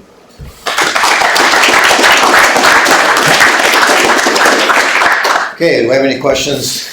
You've changed location, but... It seems to me that right here you're preaching to the choir, and we all buy into this, but how do we get the policy to change in this country? And what is it going to take? Just for the online, the question was, what's it going to take to actually get the change in policy? Well, you may be maybe you're part of the choir. Your congressional delegation sings, and sometimes in tune and sometimes not. I mean, Lisa Murkowski is the chair of the Senate Energy Committee. She's in a very powerful position. I mean, she's a smart, capable senator, and I think recognizes this problem, but there you go. This is the fate of Alaska, not just the fate of Florida, right? Second, at this meeting, there's about 100 members of the press corps. This meeting is getting global press coverage. And our message within that is the unraveling and what's required. So we here trying to, multiply, use the event that to multiply the knowledge about the fate of the Arctic. So, well, I guess I was at two recent events with the chorus in Washington. One was a March on Science, and one was a climate march. So there were hundreds of thousands of people in the street in Washington. That makes a difference too. It was the March for Science. March for Science. Did I say We're countering the March on Science. Yes, right. Well, you know what the head of OMB said. I have to say that. We had a, oh, go ahead. Well, I was just going to say, we do have two asks that we're making to the Arctic Council on the point that Rafe has raised. One, because we need to be specific about what the Arctic Council can do. One is to get AMAP, the Monitoring and Assessment Program, to be reporting on a regular basis on these key tipping points that Rafe has talked about and that we've heard about earlier. Sea ice, land ice, permafrost, and making sure that that reporting is getting into the UNFCCC discussion so that the people who are negotiating climate agreements cannot ignore the impact that Arctic change is having, and so that it begins to hopefully drive faster change. The second is to produce a research agenda on the sort of things Simone was talking about, which is not on the docket right now for the most part at the Arctic Council. So those are two specific policy asks of the body that's meeting here in Anchorage, or excuse me, in Fairbanks today, and we'll be making those asks directly. So that's part of the political approach. There was another question back here. Question in terms of international policy and politics, and when you look at the map of the Arctic Ocean, about 180, nearly 180 degrees of coastline is Russian, and the rivers flow north, and resource extraction goes along the rivers, and my sense is that that's a fairly large geographic area where people, and a nation may not look at climate change as being negative, and that's, yes, we can talk to Ms. Murkowski, but between Russia and China, I think there are some political and economic gains perceived to receding ice and growing, notwithstanding necessarily the changes to the permafrost that Glenn had talked about and may affect built environments in the north. But what are the discussions that are going on with those nations? In terms of negotiating with international government?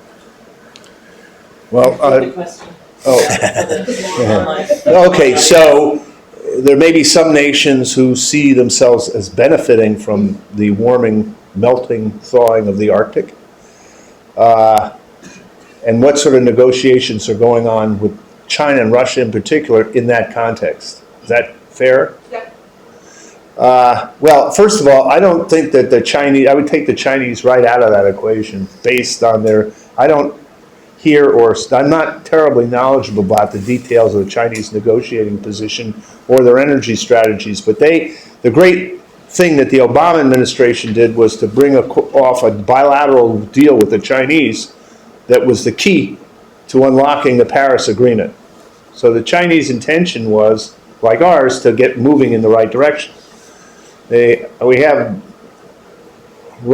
people who understand the Russian political system better than I certainly do. But one of the interesting questions about the permafrost, the obvious answer is, the Russians want an open Arctic, let's say.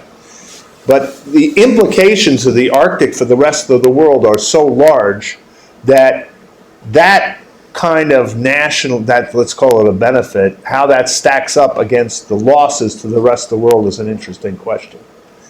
And how it stacks up against the unilateral interests of, let's say, the United States, we may have a major stake in keep restoring the ice and keeping Greenland intact. The third, which I learn from Vladimir all the time, we have these good discussions, is how big is the loss of permafrost to Russia? It's like 60% of the landmass of Russia. 70? Excuse me, I learned something new now. So, I don't know how those issues are weighed in Russia, but so it's a mystery to me. I'll let others talk about it more. So I'm conscious that we've been here for 2 hours, and I think it's time to take a break. We're going to come back after the break and have a more freewheeling conversation with everybody. So please, I believe there's some coffee out there still and tea, and maybe take 10 to 15 minutes, and we'll come back and finish up. Good. That is great. Yeah. Noise with the presentations. Yeah. Get some right here. Hi. Thank you. My name is Walter Carroll. Oh, hi. I enjoyed your talk. I was just wondering if you knew my daughter, Kush. Yes, of course. She's wonderful. Lovely woman. Congratulations. Yeah, she went to school here. She's here. Yeah, I saw her once. Yeah. So I'll tell her I met you. That's wonderful. Great. I'm learning a lot. I got to see her once. Oh, good. Well, she knows it all. That's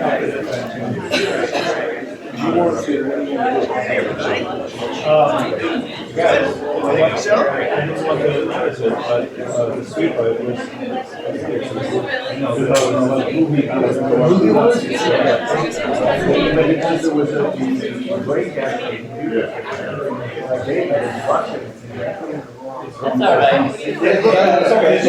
some ways, but it was much more powerful actually. Much better. Well, that was, no, they're not one. They're less one. They showed it in this meeting. The new one. Yeah. And it's just 2 minutes? It's about maybe 4 minutes. Because I saw people who was involved in the previous were it's still good. I mean, it's still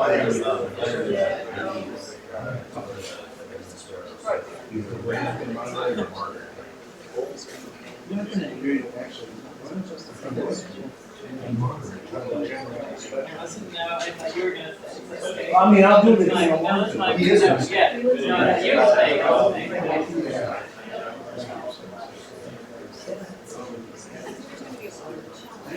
Yeah, so. I just have to make it sense to it. I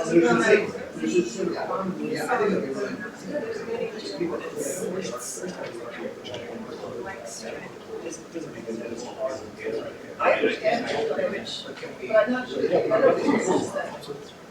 I think there's, in the long run, I don't think that. I don't see Russia. I don't see Russia.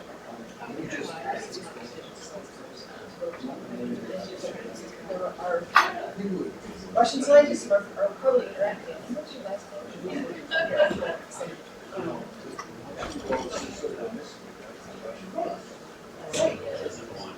And it seems like the other issue had the rest of the. Well, there is the rest of the room, but what I was subtly suggesting is that the interesting. I did. So it's weird because sometimes they. Right. I'm gonna have to follow up. Are you Mark? Actually, because. And then it's really confusing. I just want to. Tyler. Depends what they think. Yeah. We like it. Happens in cases and I have to like put a spaceship together. Well, I know. It comes in just Global. And I was just like that. Yeah. oh, great. No, I was actually down. And I like married him, so we actually. Just to give one nice discussion.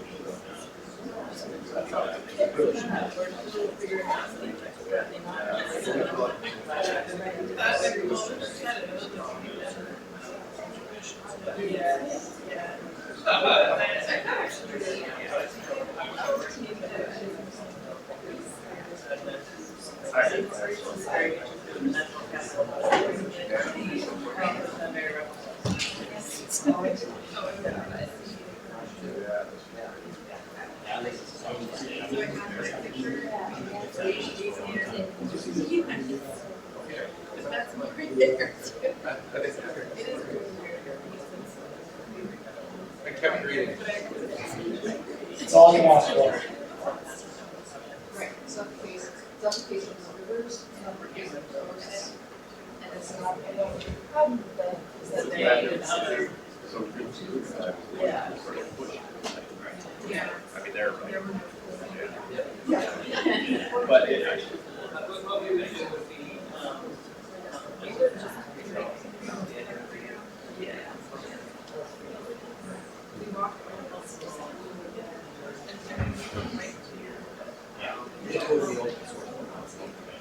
no, but then they can use it for theirs. Well, it'll be interesting. I mean, it's somewhat to the infrastructure. Yeah, you kind of infrastructure is where the resources are. So. I mean, it's like you can't just put it anywhere. You know?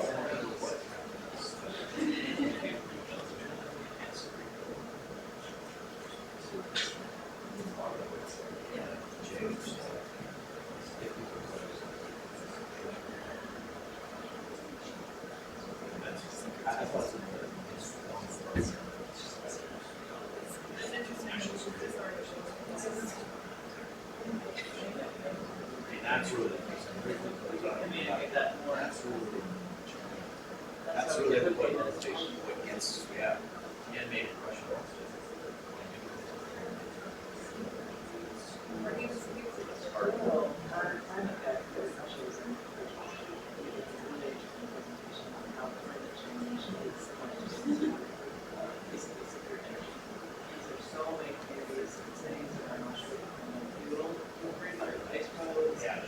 rivers and the season is shrinking and each point things falling apart, and the decline for the sound of picture. And it's the oil companies who are now taking the way we developing renewable energy and smart infrastructure. The oil pads, those permafrost clouds that keep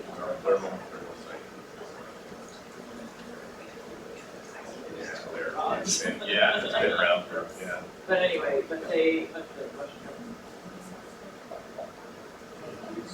Yeah, some places. Oh, you're rushing it now.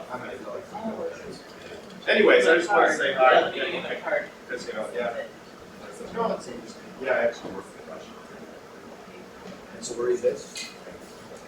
And his infrastructure is in your, not really, no. I mean, well, yes and no. Yeah, and that's what. Yes.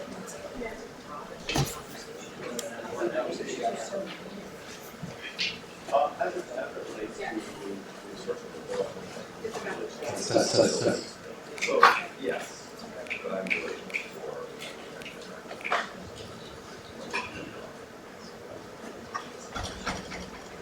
Breakdown is here, so like.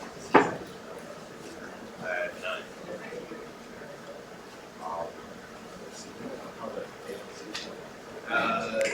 Yes. Yep. Yep. I did. I used to work on. I did a lot of calculation.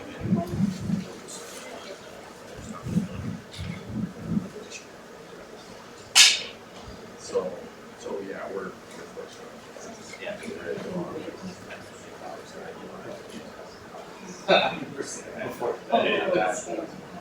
That is the thing that makes it built. It's things that work. Yeah. All right. So a lot of infrastructure. So all the.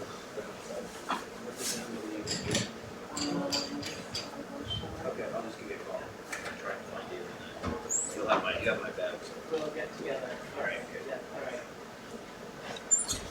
So. Yeah. Then my contact. Oh, you are. So yeah, we had actually some emails. You of our unit. No, well, I know a few. I think the market. But anyways.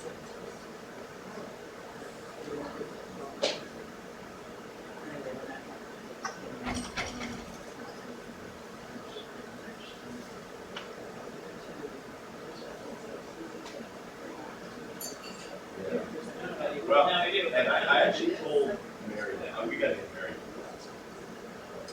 Yeah, I said, I heard, she said, oh, yeah. Said that they reached out, they say that's technology. Yeah, well, it's a man, I'm like, We didn't, yeah, it was one preface. Yeah. It's just, it's No, like, and they they're called. basically our weasels, but they're very pretty in that, in the winter when they're all white. They're very exotic.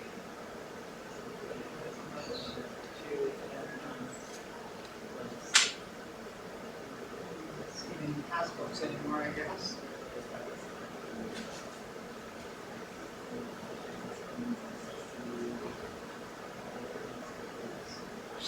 Yeah, but anyway, we'll see how it goes, because it's still. yeah. No, it's cool, I mean, all these things, all part of the things.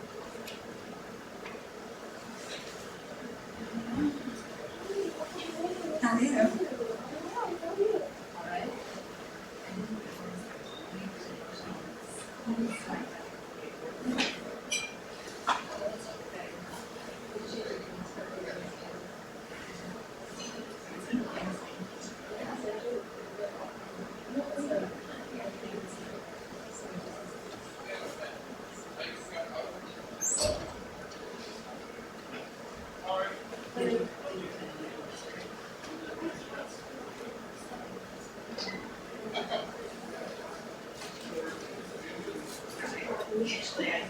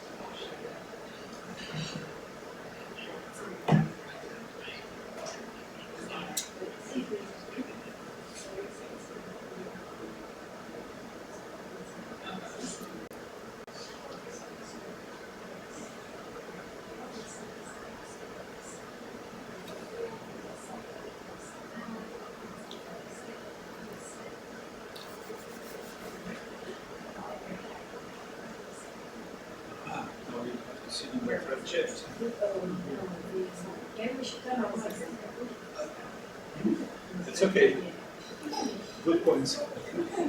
Good presentation.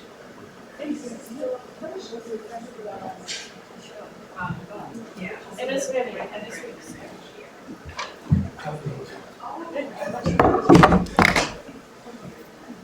So you're supposed to sit here? Exactly, yeah. These were great presentations. I'm gonna see if I can find the one of, What do you want for a backdrop? the 5-degree Arctic and a 2-degree world. You don't want Camille's dissected walrus? You can do that. That was great too. Yeah. He seems to be gone. He did. He I don't know where they hustled him off to.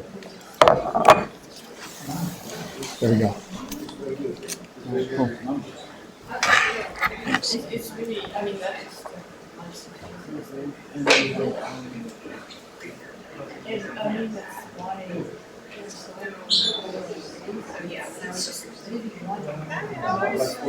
For those who are meeting now,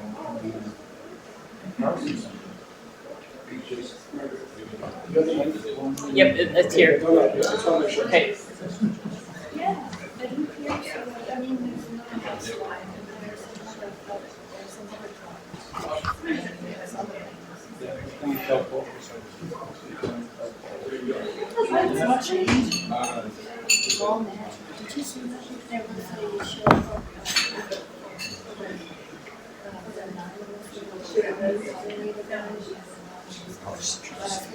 What's that? I'll introduce you and take my leave. Oh. So that people don't just wonder where I got off to.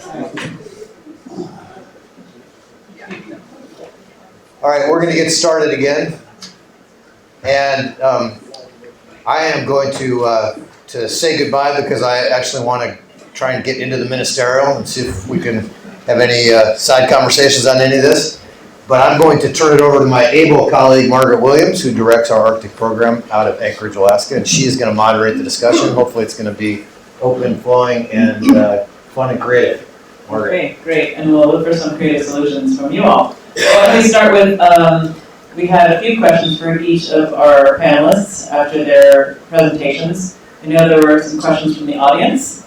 And Dave, perhaps you would be willing to share some of those questions, and then we'd love to hear some of your questions or comments, and kick it off with responses from our panelists.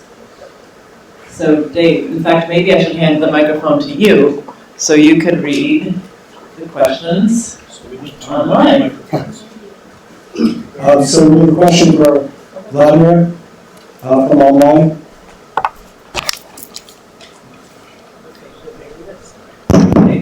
So poor Dave lost his voice. Question to Vladimir. The so-called permafrost craters, what can we say about those today, and are those potentially explosive buildups likely to increase? Are there programs for monitoring? Should I read some of the other ones too? I'm sorry, I was playing with this thing. Can you repeat it, please? The so-called permafrost craters, what can we say about those today? Are those potentially explosive buildups likely to increase? Are there programs for monitoring? Let's see if there are any more for you. Well, I would split it probably one by one. Here's just one more. So why don't you build on this too? What, in your opinion, should be done to stop permafrost melt? Okay, that's easy. So the first question, answer is no. I mean, there is no monitoring system in a sense what we have monitoring system for permafrost, for example. There is lots of attention right now in Russia because all of those craters happen in Russia recent. There is some money were specifically sent to scientists to study this phenomena, and there's some work on it right now. It's all happened during the last 2-3 years. Now, if that will continue to happen, yes. That answer is yes. It will continue to happen. It may start to happen here in Alaska and in at least northwest Canada. We start to look, we're trying to get money, by the way, to study this, and so far we were not successful. So So, I don't know, Massey is not interested, and I said we are waiting, but it's getting less and less probability that we'll have this funds. But we start looking anyway, and we found two of those very suspicious people-like mounds right directly under Alaska pipeline. Well, probably we should wait when they will burst, so then maybe we'll have money to study it. The second question about what we have to do. What we have to do to stop? We can do something on a local scale, and that's already engineering solutions for structure on permafrost. So there is some solutions. Very expensive, there is some less, more expensive, but it's possible locally to prevent permafrost from thawing under some infrastructure. It's impossible to do anything like this regionally and especially circumpolarly. So the only way to stop permafrost thawing is to stop warming climate. That's it. That's the only way to do it. There's no other ways. Okay. Question or comment from the audience? Why don't we take a couple? I'll take yours after. And would you like to introduce yourself and your institution? I work for the Institute of Geography in Moscow, Russia. I'm for the Glaciology department. My name is Maria, and I'm sure. But my question about policy, maybe to you. We know that the President of the United States, Trump, doesn't like even the word climate. And I know that from American researchers that they even changed their titles of the project that they apply for with other words. So maybe you will explain what will be the strategy in climate issues in the United States and cooperation with other countries in this area. There is one. Let's see, you had a question back here. Why don't we add 2 years to see if it's related? If not, we'll have 2 separate answers. Hi, Dan Westall here in Fairbanks. I'm going to respond to my old friend Nancy's query about how to deal with policy. Both of us come from a fraternity background, so I guess we have kind of an old world view on this. But not long ago, there was an article in Mother Jones magazine entitled, "The Science of Why We Don't Believe in Science." The first sentence said it all: a man with a conviction is a hard man to change. And I think the answer comes, if not more from science, from the economists and the historians. I have a friend I graduated from high school with. He has a home and 2 cars in Michigan. He has a home and 2 cars in Arizona. He's worried about his job, his kids' jobs, and that sort of thing. And the historians would tell him that jobs and how we make our money have changed throughout the course of printing the first coin. And people look at the climate effort is going to take away jobs from them. I think it's going to give them new jobs. We need new training. And the economists would verify this. So I think getting to the policy question goes to the public. How we deal with the public and has some relevance to them beyond the physics of how water moves through permafrost. As important as that is, I think that's where we find the support for climate research and the impact of a warming climate. Okay, thank you. So why don't we start with Vladimir, since the question was, or perhaps Rafe. Rafe, the question was really about, the first question, Rafe's question was about the difficulty for scientists to talk about climate now under the new administration. And then let's, perhaps each person could offer a thought on your efforts and your institution's efforts to think about translating information that reaches to the public. Well, you could divide the response to President Trump into right up here. right up here. Yeah. Better? Yes.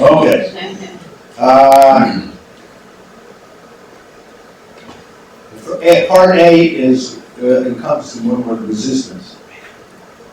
Resistance to his initiatives that diminish, reduce the Obama administrations to reduce emissions, which are really just in the early stages of the transformation of the U.S. energy economy.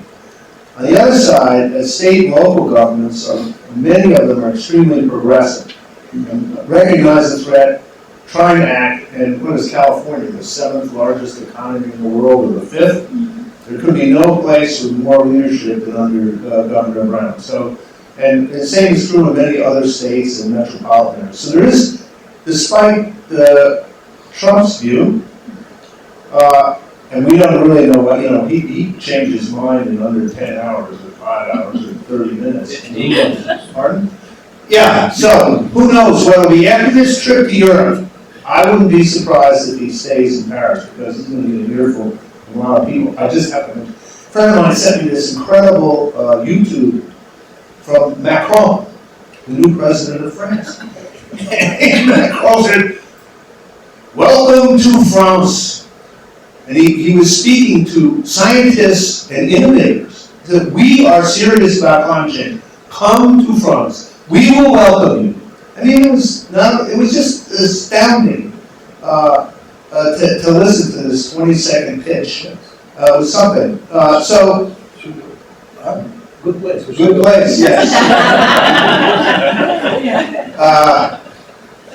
I'm not, so I think we, as the United States, the federal government faces a big problem internationally trying to leave Paris as a political matter.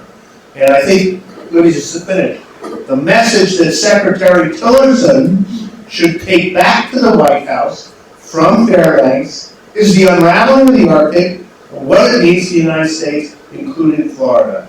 And that would be, he'd take that to the table at the White House when they discuss whether or not to leave Paris.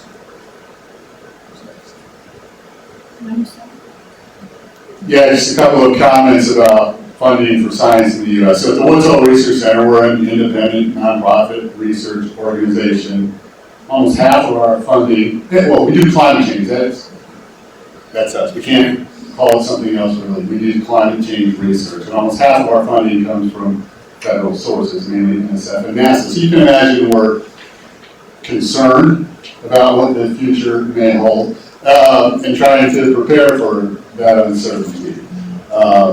So far, the funding hasn't gone off the edge, but things move kind of slowly. We're certainly very worried about it. And even, pre this administration, funding for science has been pretty flat for several years.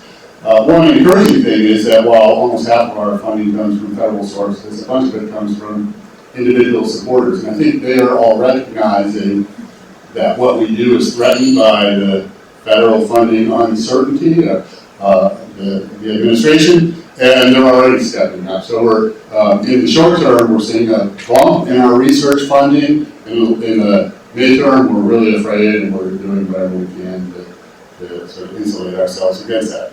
But I don't think it's going to come down to sort of playing games with changing words in our proposals for us, because we're really proud that we'll work on climate change. We think it's the important thing to work on, and we're going to stick with that as long as we can.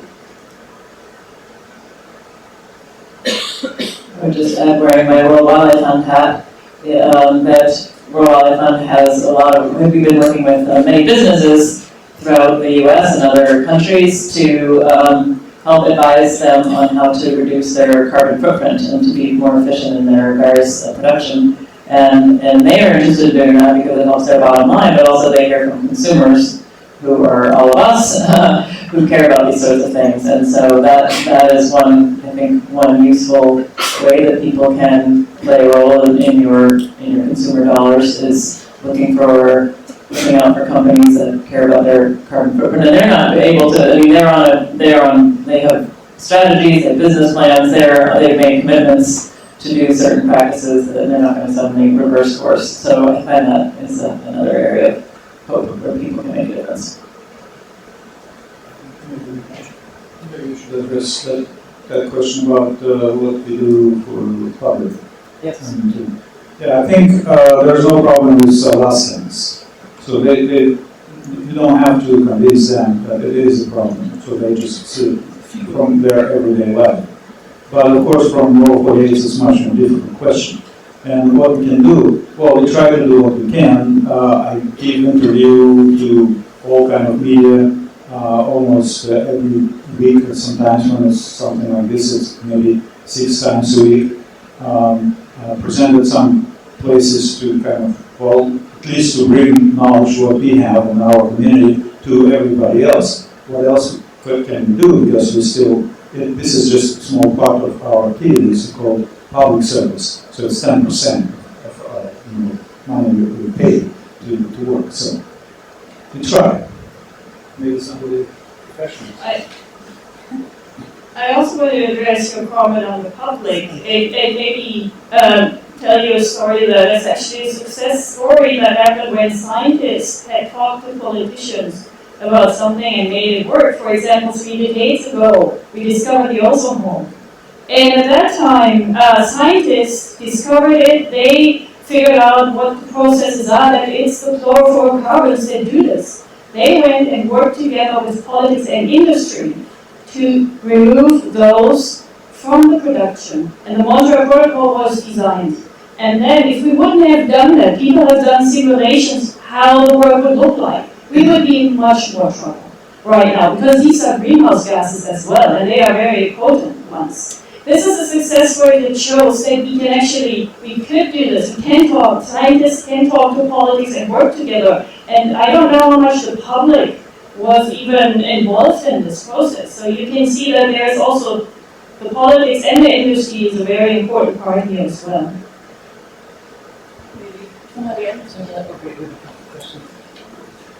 I'm going to hand the microphone to you so that people online can hear you. And if you would introduce yourself and your affiliation. My name is Glenn Jude, and I'm a professor emeritus in the School of Natural Resources here at the University of Alaska Fairbanks. I wanted to introduce a topic here that should be on your list, right? That the climate has changed to a degree that it doesn't, the forests are not distributed within the most suitable climate envelope right now. That has already happened. Forests, made up of trees that live for 100 to 200 years, need to be starting to occupy the environments that will be suitable for them 100 to 200 years from now. That's clearly, it's not the case now, and it's not going to be the case then. We have a massive, massive challenge for these forests. Now, they've met similar challenges in the past. Virtually every organism in our forests, they're survivors of global climate change on the scale that we're looking at. Although the magnitude hasn't occurred in recent geologic time. So it can be done, but it's going to be massively disruptive. We've already seen fires, acceleration of the fire cycle. We've seen mass tree death from insect outbreaks, etc. And those are very important elements of the global carbon cycle, and particularly the annual uptake. Trees are fantastic at storing away carbon in this cylindrical structure we call the poles or trunks. So, final element that makes it really challenging is that they're biological organisms, and they have a genetic program that is available to execute, and they simply have to match their location to where that program works. And we have the knowledge, we have the tools, but we don't have the sense of urgency, we don't have the program, we don't have the integration, and we don't even really have the awareness yet among the advocacy groups that this is an extremely important part of the same story as the sea ice, the permafrost, etc. So I'm just saying, forest is add to your list. Thank you, Glenn. Any more comments? We have an audience, a question from the live stream audience. A question from Max. It says, if money was not a problem, what is the most pressing Arctic research question you would like to attempt to answer? Money for a question for Max. If money was not a problem, what was the Adjective? The most pressing. The most pressing research question you would take on? It's hard for me to even imagine a world where money's not a problem. I guess my personal answer, the thing that I'd be most curious about, I'm worried about, I'm interested in all the carbon that's locked up in permafrost that's built up over the last many thousands of years. It's, I'd say, roughly in balance now, and it's tipping towards the permafrost being a carbon source. So I want to know, I would like to do the research that would better nail down how quickly the magnitude of carbon loss from permafrost over coming years and decades, and whether that carbon would be lost as carbon dioxide or methane, because that has big implications for how much warming that costs. To me, that's one of the biggest feedbacks from the Arctic to the global climate system, and if it starts to happen in a big way, it makes it really hard, even if we absolutely get our act together on everything that we can control fossil fuel use, deforestation, if permafrost starts losing a lot of carbon, it makes it really hard to control this mess. So I'd like to focus a lot of resources, those unlimited resources, on nailing the question of how much carbon is in the permafrost, how quickly it's going to be lost, and what will be lost as carbon dioxide or methane, and what we can do about it. Okay, Simone, in your dream world of endless budgets, what would you do? Yeah, no, but I mean, I really wanted to say that there is not a program right now for geoengineering research in the US. Other countries have started that beforehand, but if you don't have a coordinated research program, there are some universities and other, like we do some research, most of it is just done without secure funding. And if this would be funded like climate research or in a larger scale, I'm not saying the scale of climate research, but it feeds back. If we develop strategies or other things, we also develop the models, and it's required. But if we would have funding, we would make progress much faster than we have done in the last 10 years. And so it's really important. Thank you. Great question. Over here. Thank you. And you could introduce yourself. Introduce yourself and your affiliation. Hi, my name is Elizabeth Kruger, and I'm with the World Wildlife Fund. And I have a question for the whole panel. It is about the role of industry and companies that are currently engaging in extraction of carbon resources. And I know Margaret mentioned lowering the footprint. A lot of other types of companies are talking about lowering the footprint. Is there a role for traditionally extractive-based companies to play in crafting a solution?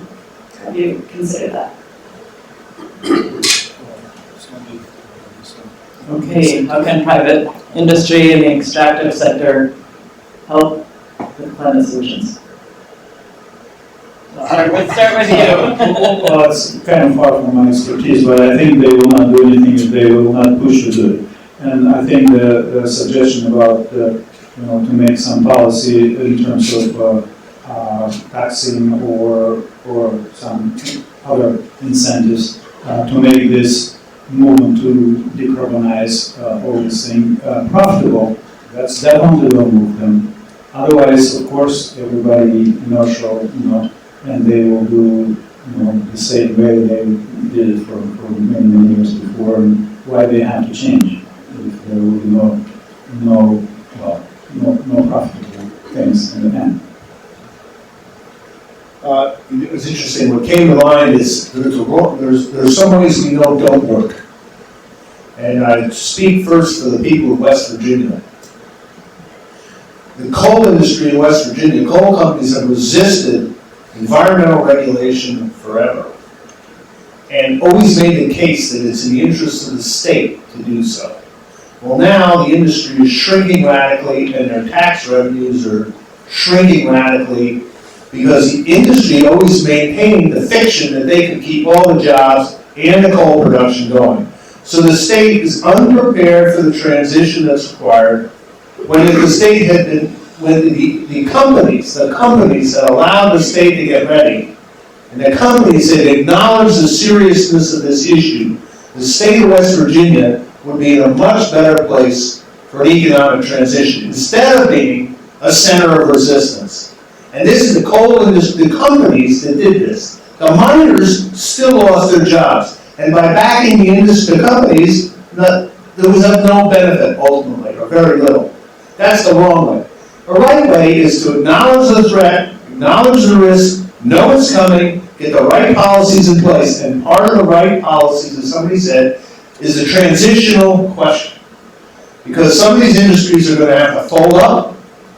We can't extract all the fossil fuel that's been put in the earth that's ended up over millions of years. We just can't do it and have an operating planet. So you have to get ready for the transition. And that is a global question. There are massive oil industry across the globe, massive coal industry. Those communities, those workers have to, if we're going to succeed, have to be part of the solution and the transition. So I think an individual company's job is A, innovate.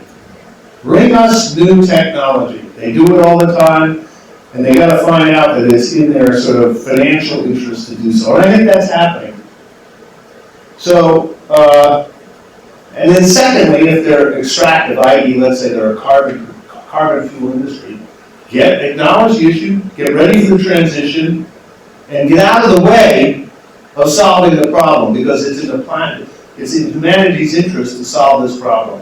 Help us solve it instead of a continued blockade of resistance to efficient, timely policy. All right. Questions? Great. Question in the back. And again, please introduce yourself and your affiliation. Thanks. Cam Webb, just as a Fairbanks citizen. This is a question for Professor Romanovski. I think you're right. This is a local question in Alaska here. I think almost everyone acknowledges the existence of climate change. The second part of the equation, which is equating the burning of fossil fuels to climate change, I think a lot of people are still finding that hard to accept and might be called deniers. I just wondered what your experience has been in addressing that second part of the equation as you talk to local people. Okay.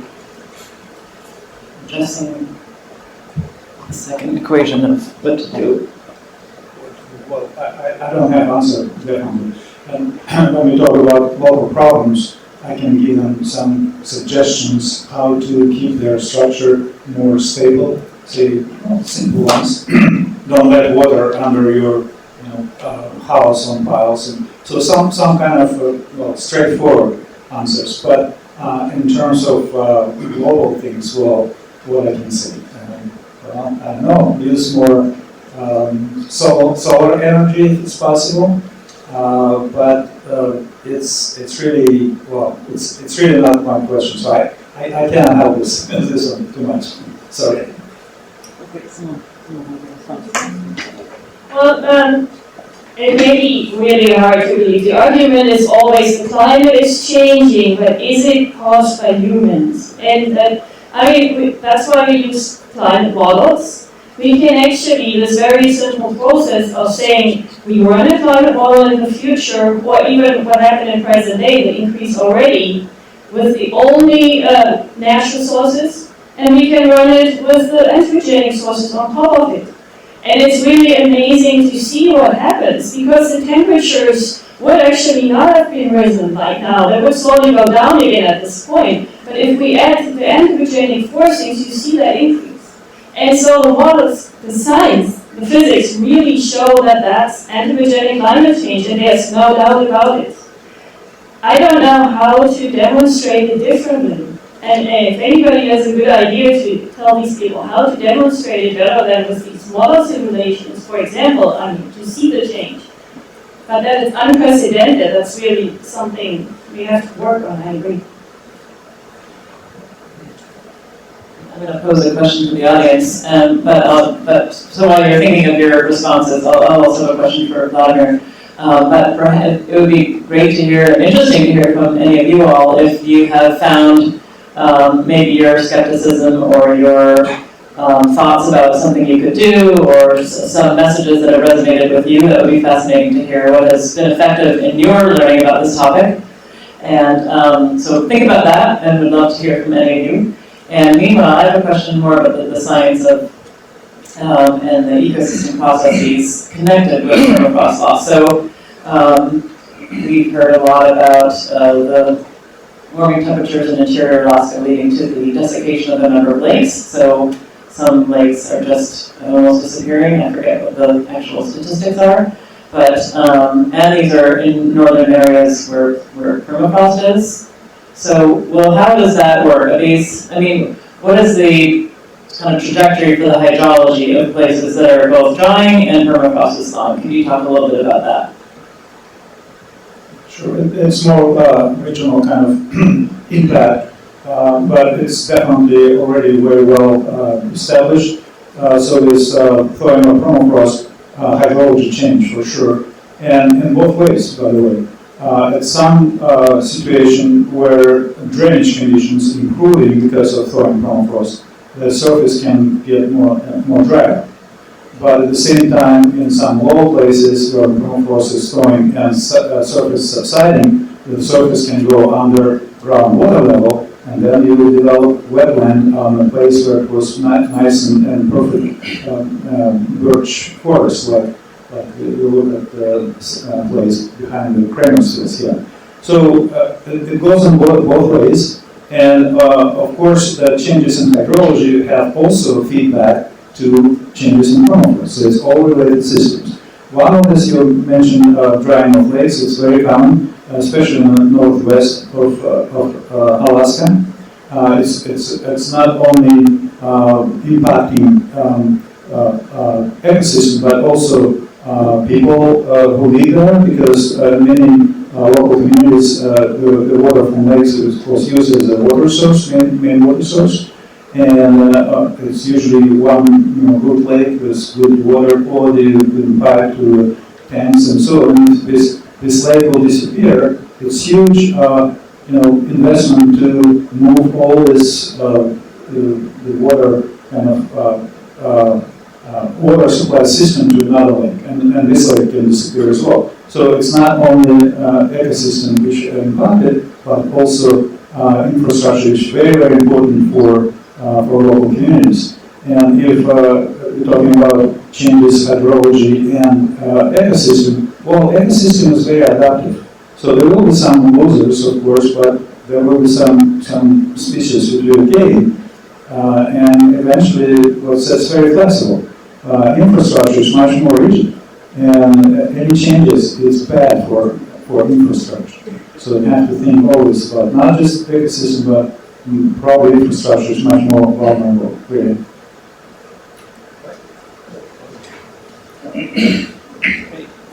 And Glenn Juday from the University of Alaska. I attended over the last several months 2 workshops that the National Science Foundation has had in the Arctic System Science Program. Yeah, and there's real progress being made in understanding how the climate change is unfolding, and it was briefly mentioned, the polar vortex issue, but we're getting to the point where we're seeing the real evidence for it. That the temperature gradient between the equator and the pole is decreasing because the poles are warming. As a result, you don't have the storm systems that are the way that the temperatures get evened out are weaker. They don't move as vigorously, and they don't move in the same way. They tend, instead of moving west to east, they tend to get locked into place and stagnate, and then just sit there, and then you get this amplified polar wave. So the result of that is we're seeing extremes, actually both ends, but biased toward the warming. So 2013, right this time of year, it was still another week before the snow melted. Fairbanks. It was the second latest breakup of the river in the last 100 years. We've seen near record drought, so that was your question. Okay, but we've now had, in the last 4 years, we've had 2 summers with the record summer rainfall. So what we're seeing is this wild swings back and forth as these systems get locked into place, and California stays in drought for 2 years, and that high pressure system nudges all the way up into Alaska, and we burn up in the summer because we have our record fire year, and et cetera. So this a simple-minded model of it's just steadily getting warmer can be disproved, and the skeptics love that. They lock onto that, and they believe that they have disproved the whole global warming hypothesis when they make simple observations that cold extremes still happen, and they happen in the north where you say it's warmer than normal. It's really important to use and apply and understand our latest thinking about exactly how climate warming unfolds and what its implications are, and not impose our preconceptions on what's a very complex phenomenon and that we're still learning about. So these statements about, well, it'll never snow again, and then it snows in unusual times of the year is really working very much against the public understanding the phenomenon. And I think as scientists especially, and working with media people, we have to work very, very hard on that understanding. Great, thank you. And I know from the World Wildlife Fund point of view, we always try to talk about climate change, not global warming, because as you mentioned, that there's so many changes. It's not just increased temperatures. Any just comments before we come to you? Any more comments on hydrology or comments on plans? Comments? Yeah, well, I think the best kind of impact on understanding is something happening under people's feet. And there are several households here in Fairbanks experience huge kind of acceleration of this thermal karst and thermal erosion process. And you don't need to tell them anything. They ask you, what is that, what did happen? And they definitely relate it to changes because they live there for at least 40 years and everything was good, and suddenly their land they start to lose their land. So it seems like that the way to the brain goes through the stomach, kind of, the same thing. So otherwise, all this, what you just talked about, if you tell a person who has no problem with anything around him, said, come on, that's all, And I had these conversations. And I had this conversation with people who live here, and they say, well, yeah, permafrost is not a problem. And then 10 years later, I see their houses look like this, and they have to move out. So, but 10 years ago, they had no problems with this, because nothing happened around them. Well, so unfortunately, people live only on their own problems, not on other people. And I take people out and show them dead trees. That usually does it. Right, showing people the dead trees, and I think part of the problem, the challenge is that so many people don't see the immediate change day to day. They're in New York City, they're going to work, or New Jersey or Texas, and maybe we could talk with you, or if you could comment on the work you've been doing to promote the understanding of the fate of Greenland and the fate of Miami. But let's go to our colleague here. If you could introduce yourself and your affiliation and your question or comment. Oh, thank you very much. I wasn't planning on making a comment, but my name is Walter Carlo. I live here in Fairbanks, but I grew up on Yukon River. I'm born and raised here and indigenous to this country. In my lifetime, I'm 71 right now, I've seen huge fish, king salmon, coming up this river. One time I caught one that was 70 pounds. You'll never find that again. This young man that spoke here this morning, indigenous, they've never seen moose in their country. Now our moose is down in their country, they're down the lower Yukon. But I'm also affiliated with a regional corporation, Oil Unlimited. And our main business is in the oil field. Drilling for oil and gas. We have a rig that's going to be one of the biggest land rigs in the world. And it's going to take 3 years to construct. It's being constructed now. But the way we do business is smarter.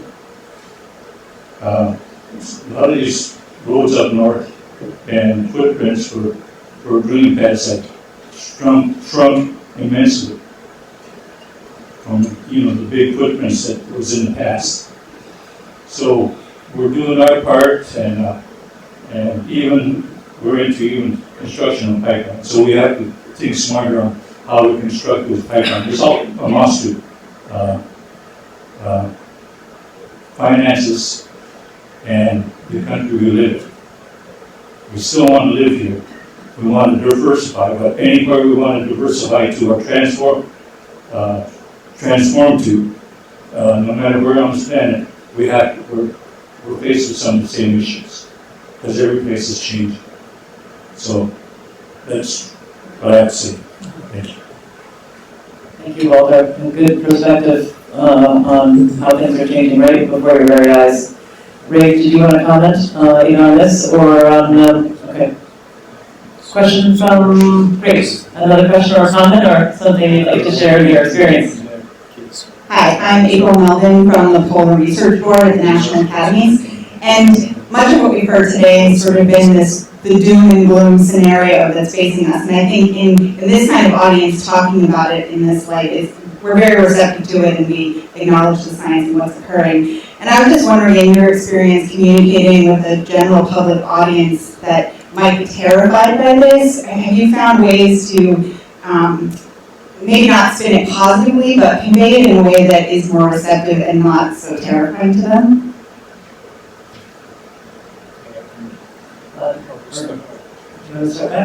Just very briefly, I'd say to try to emphasize that there's a really big gap between the best case and the worst case. And that doesn't mean that the best case is marvelous, but it's an awful lot better than sort of the business as usual. So, and that hopefully can motivate us to take action and not just duck and cover.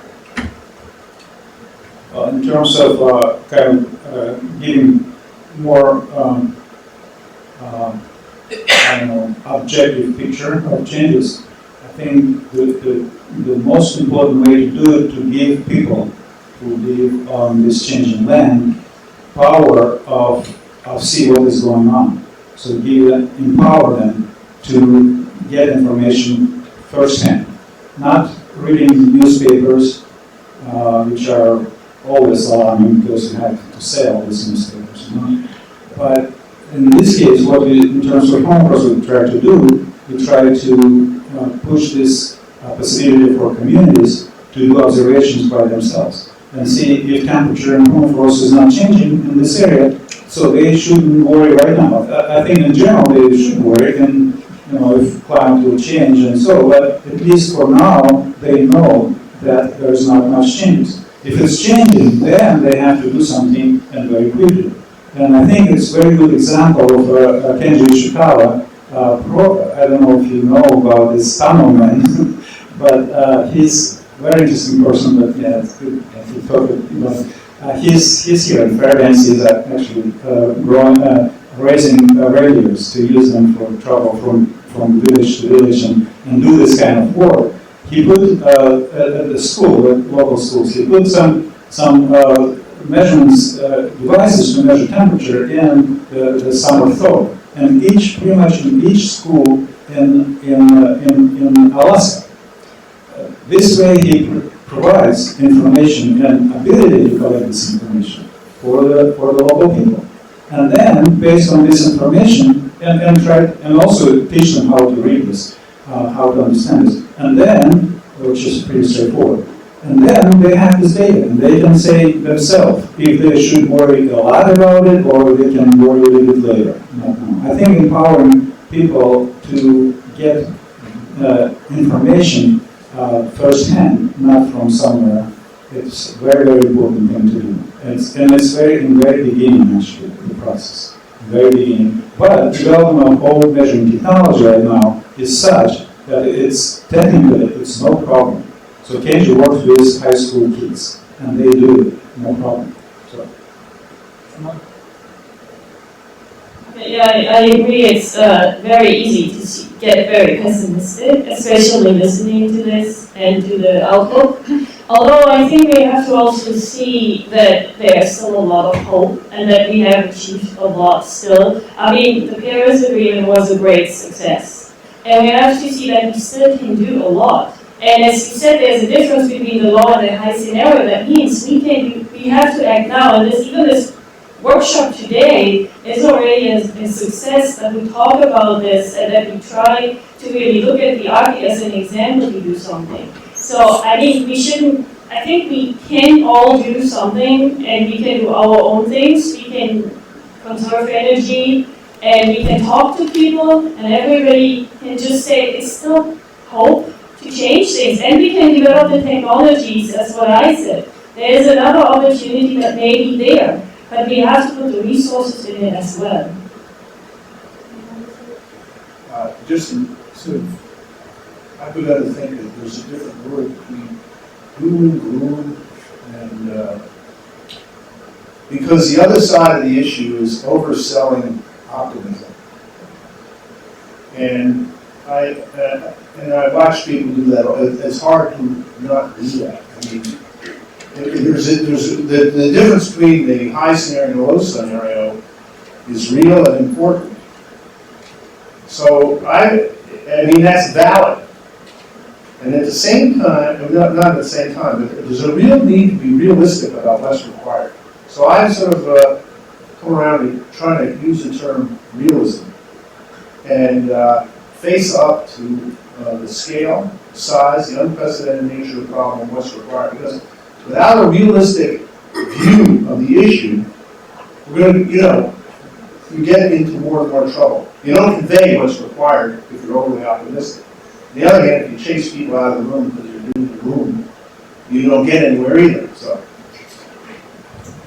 And I would like to add that the SWIPA report, the Snow, Water, Ice, Permafrost, the Arctic report that was produced, and that Max, somebody spoke about it. I thought that was, I mean, the information is overwhelming.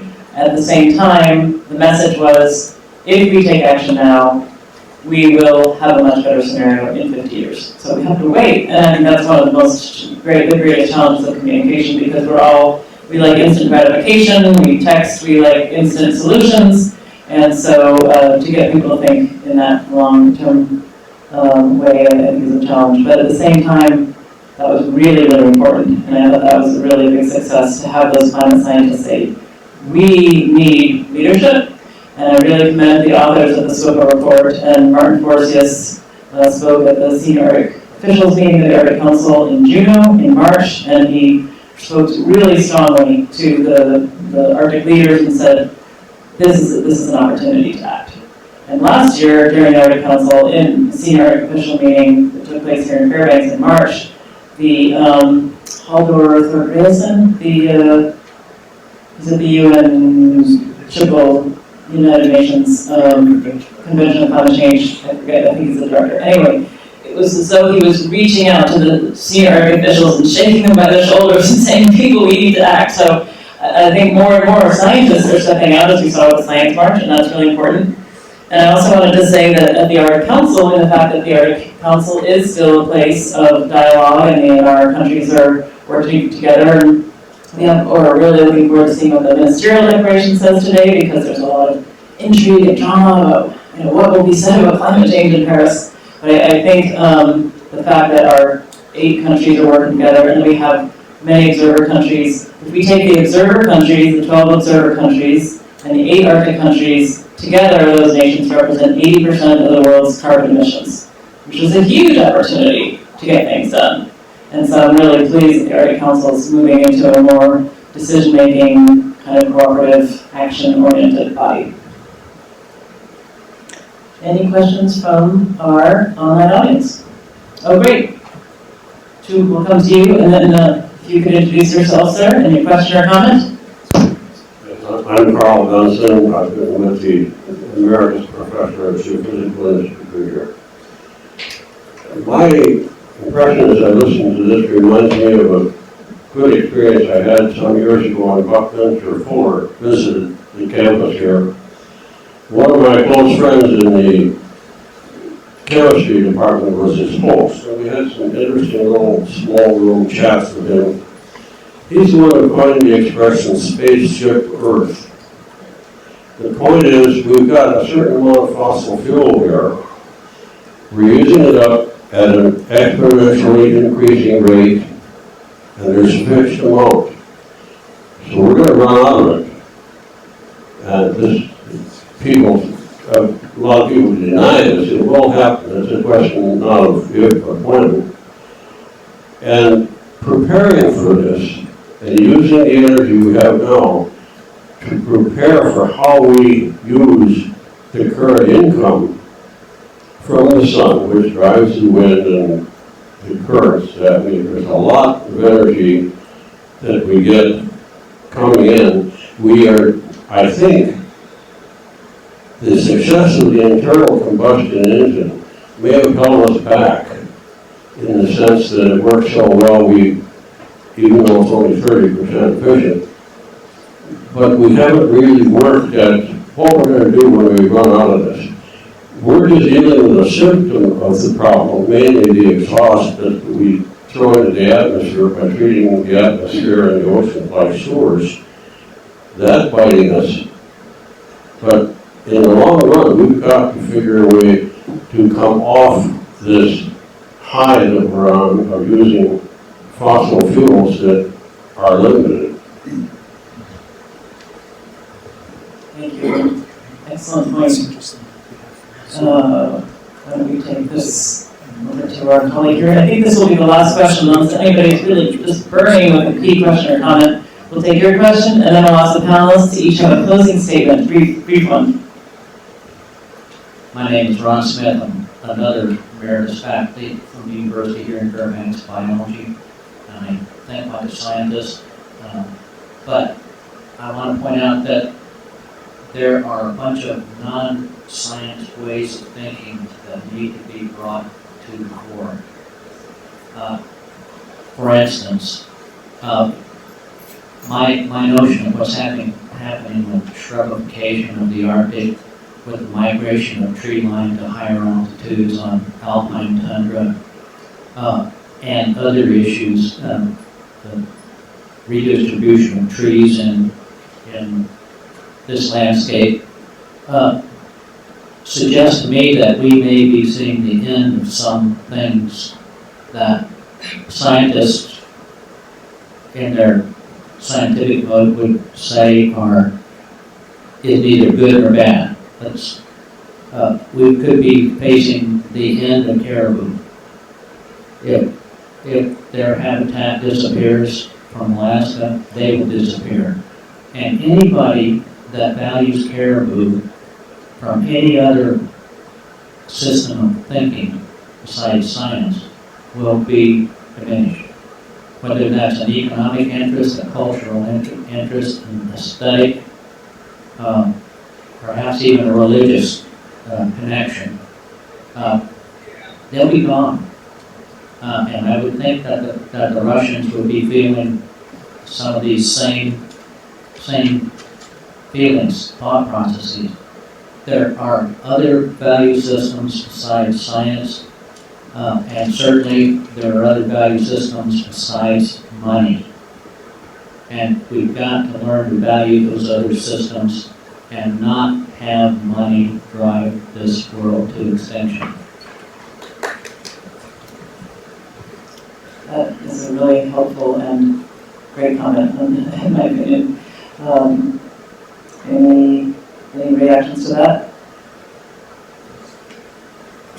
I don't exactly have an upbeat reaction, but to use an example from another part of the world and how it instructs us on a climate change issue. I been working on it for some time, and the climate system drives change at different rates in different parts of the world in different systems. The sea ice is going much faster than the permafrost. Greenland's going at one rate, the Alaskan glaciers at another. Well, back in the 90s, when I was at the State Department, we made a major push on the question of coral bleaching. Because coral bleaching was starting to show up episodically throughout the world every few years. Well, I remember one meeting with the Marine Park, the Park Authority that managed the Great Barrier Reef. And we said to them, this is coming, and they said, no, this is a local problem. Now we look in the rearview mirror and the massive bleaching occurred on the Barrier Reef, and it looks like the ocean's warmed enough that this is no longer episodic, it's constant, because the temperature of the ocean is what drives the reef. So, back to the original story. Climate change means extinction for species that can't move or can't find a viable habitat. It's like the trees that we were discussing earlier. That's what it means. Now, and it been compared, right, potentially to the massive extinctions in prior Earth epochs. So that's what we're into. It's not a surprise. It just happens in different parts of the system at different times. And just to add to your point about hearing from different points of view, I think that's obviously we're here at the university and we have this opportunity with these amazing experts to share our knowledge, but it's World Wildlife Fund is and many other groups are trying to amplify those other voices, and as we heard during the Paris negotiations, the voices of those low-lying island nations were critical in convincing the negotiators that we needed to have a lower target. And so going forward, I hope that there will be many more Arctic voices, and maybe that's something that we can all work more actively toward, really highlighting those other values, because the Arctic has so many incredible values and cultures and languages and biodiversity and history that it's not just about resources, as you say. So let's wrap this up. You've been a wonderful audience, loyal and engaged. So just if you'd like to share a few closing thoughts, any take-home messages, closing remarks. Max. Yeah, I'll just follow up on the comment that was made a minute ago about fossil fuels being a finite resource and that eventually we'll use them up and we need to start figuring out what happens next. So fairly recently we even started using fossil fuels, coal, oil, and gas. We started around 1850 is when we first started to use coal as an energy source. Around 1900 we started to use oil in a big way, and maybe 1950 or so we started to use natural gas. And over that, was that 150 years, 170 years, something like that, we've used to date, cumulatively, about 350 billion tons of carbon in fossil fuels and put it into the atmosphere. And there are about 1,200 billion tons left in oil, gas, and coal in the ground that we could get if we decided to go that route. It is a finite amount, but that's an awful lot left, and I guess my hope and plea and desire is that we transition off those fossil fuels way before we run out.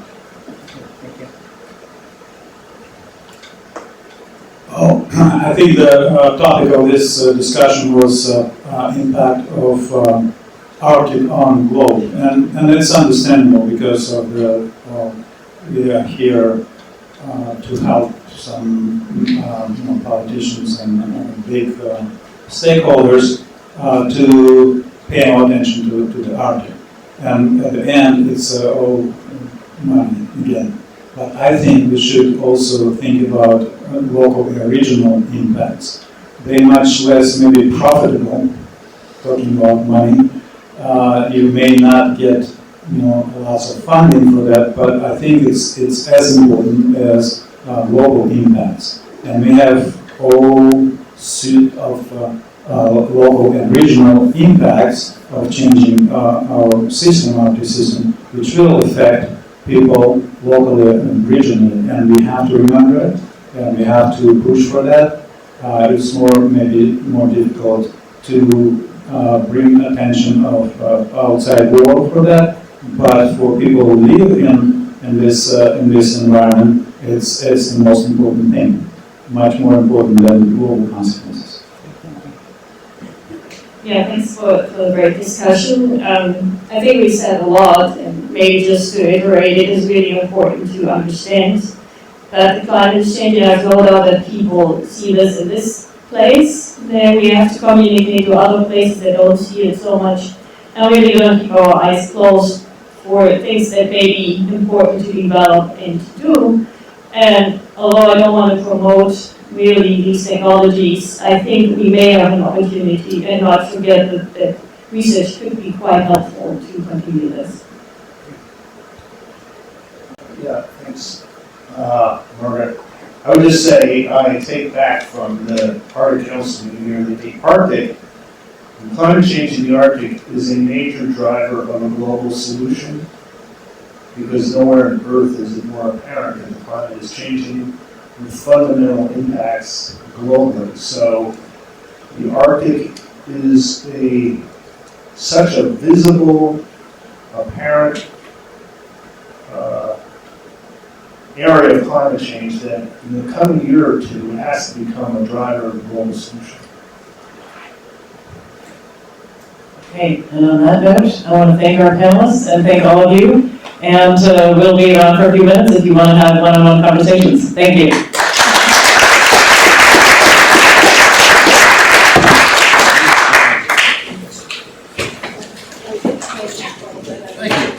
Nice seeing you. Yeah. You know, I often think of your presentation that you gave at the Arctic Matters. It's amazing. Yeah. I mean, the Cards per Million are perfect. It's so great. It's funny that I remember you asked for that, and a few people have asked for it now. So.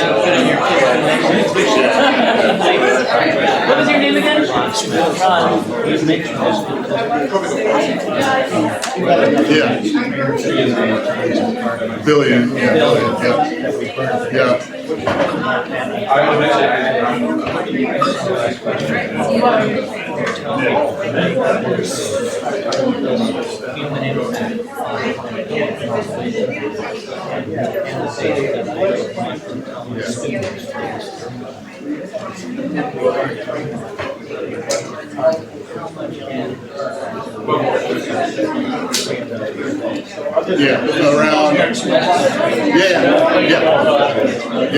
It's around 150. Well, roughly half of it. Roughly half of what we put in the atmosphere stays in the atmosphere. And of the remaining half, roughly half goes into the ocean and half goes on land.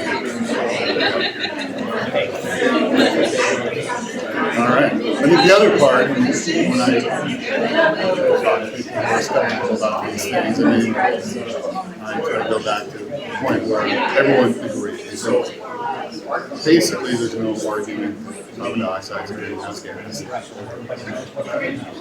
Yeah, and there's really no argument that 150 years ago, the concentration of CO2 was 280, and that it was about 280 for a long time before that. And right now we're 405, and the rate of increase,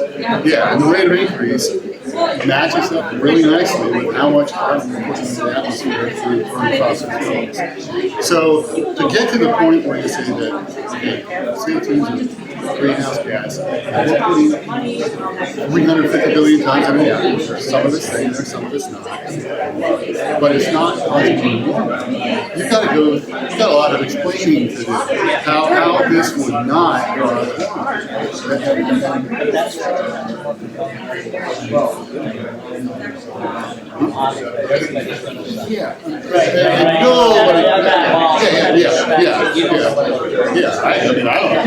Nobody really knows what's going on here. So it's some pretty basic math that you can get you a lot of ways.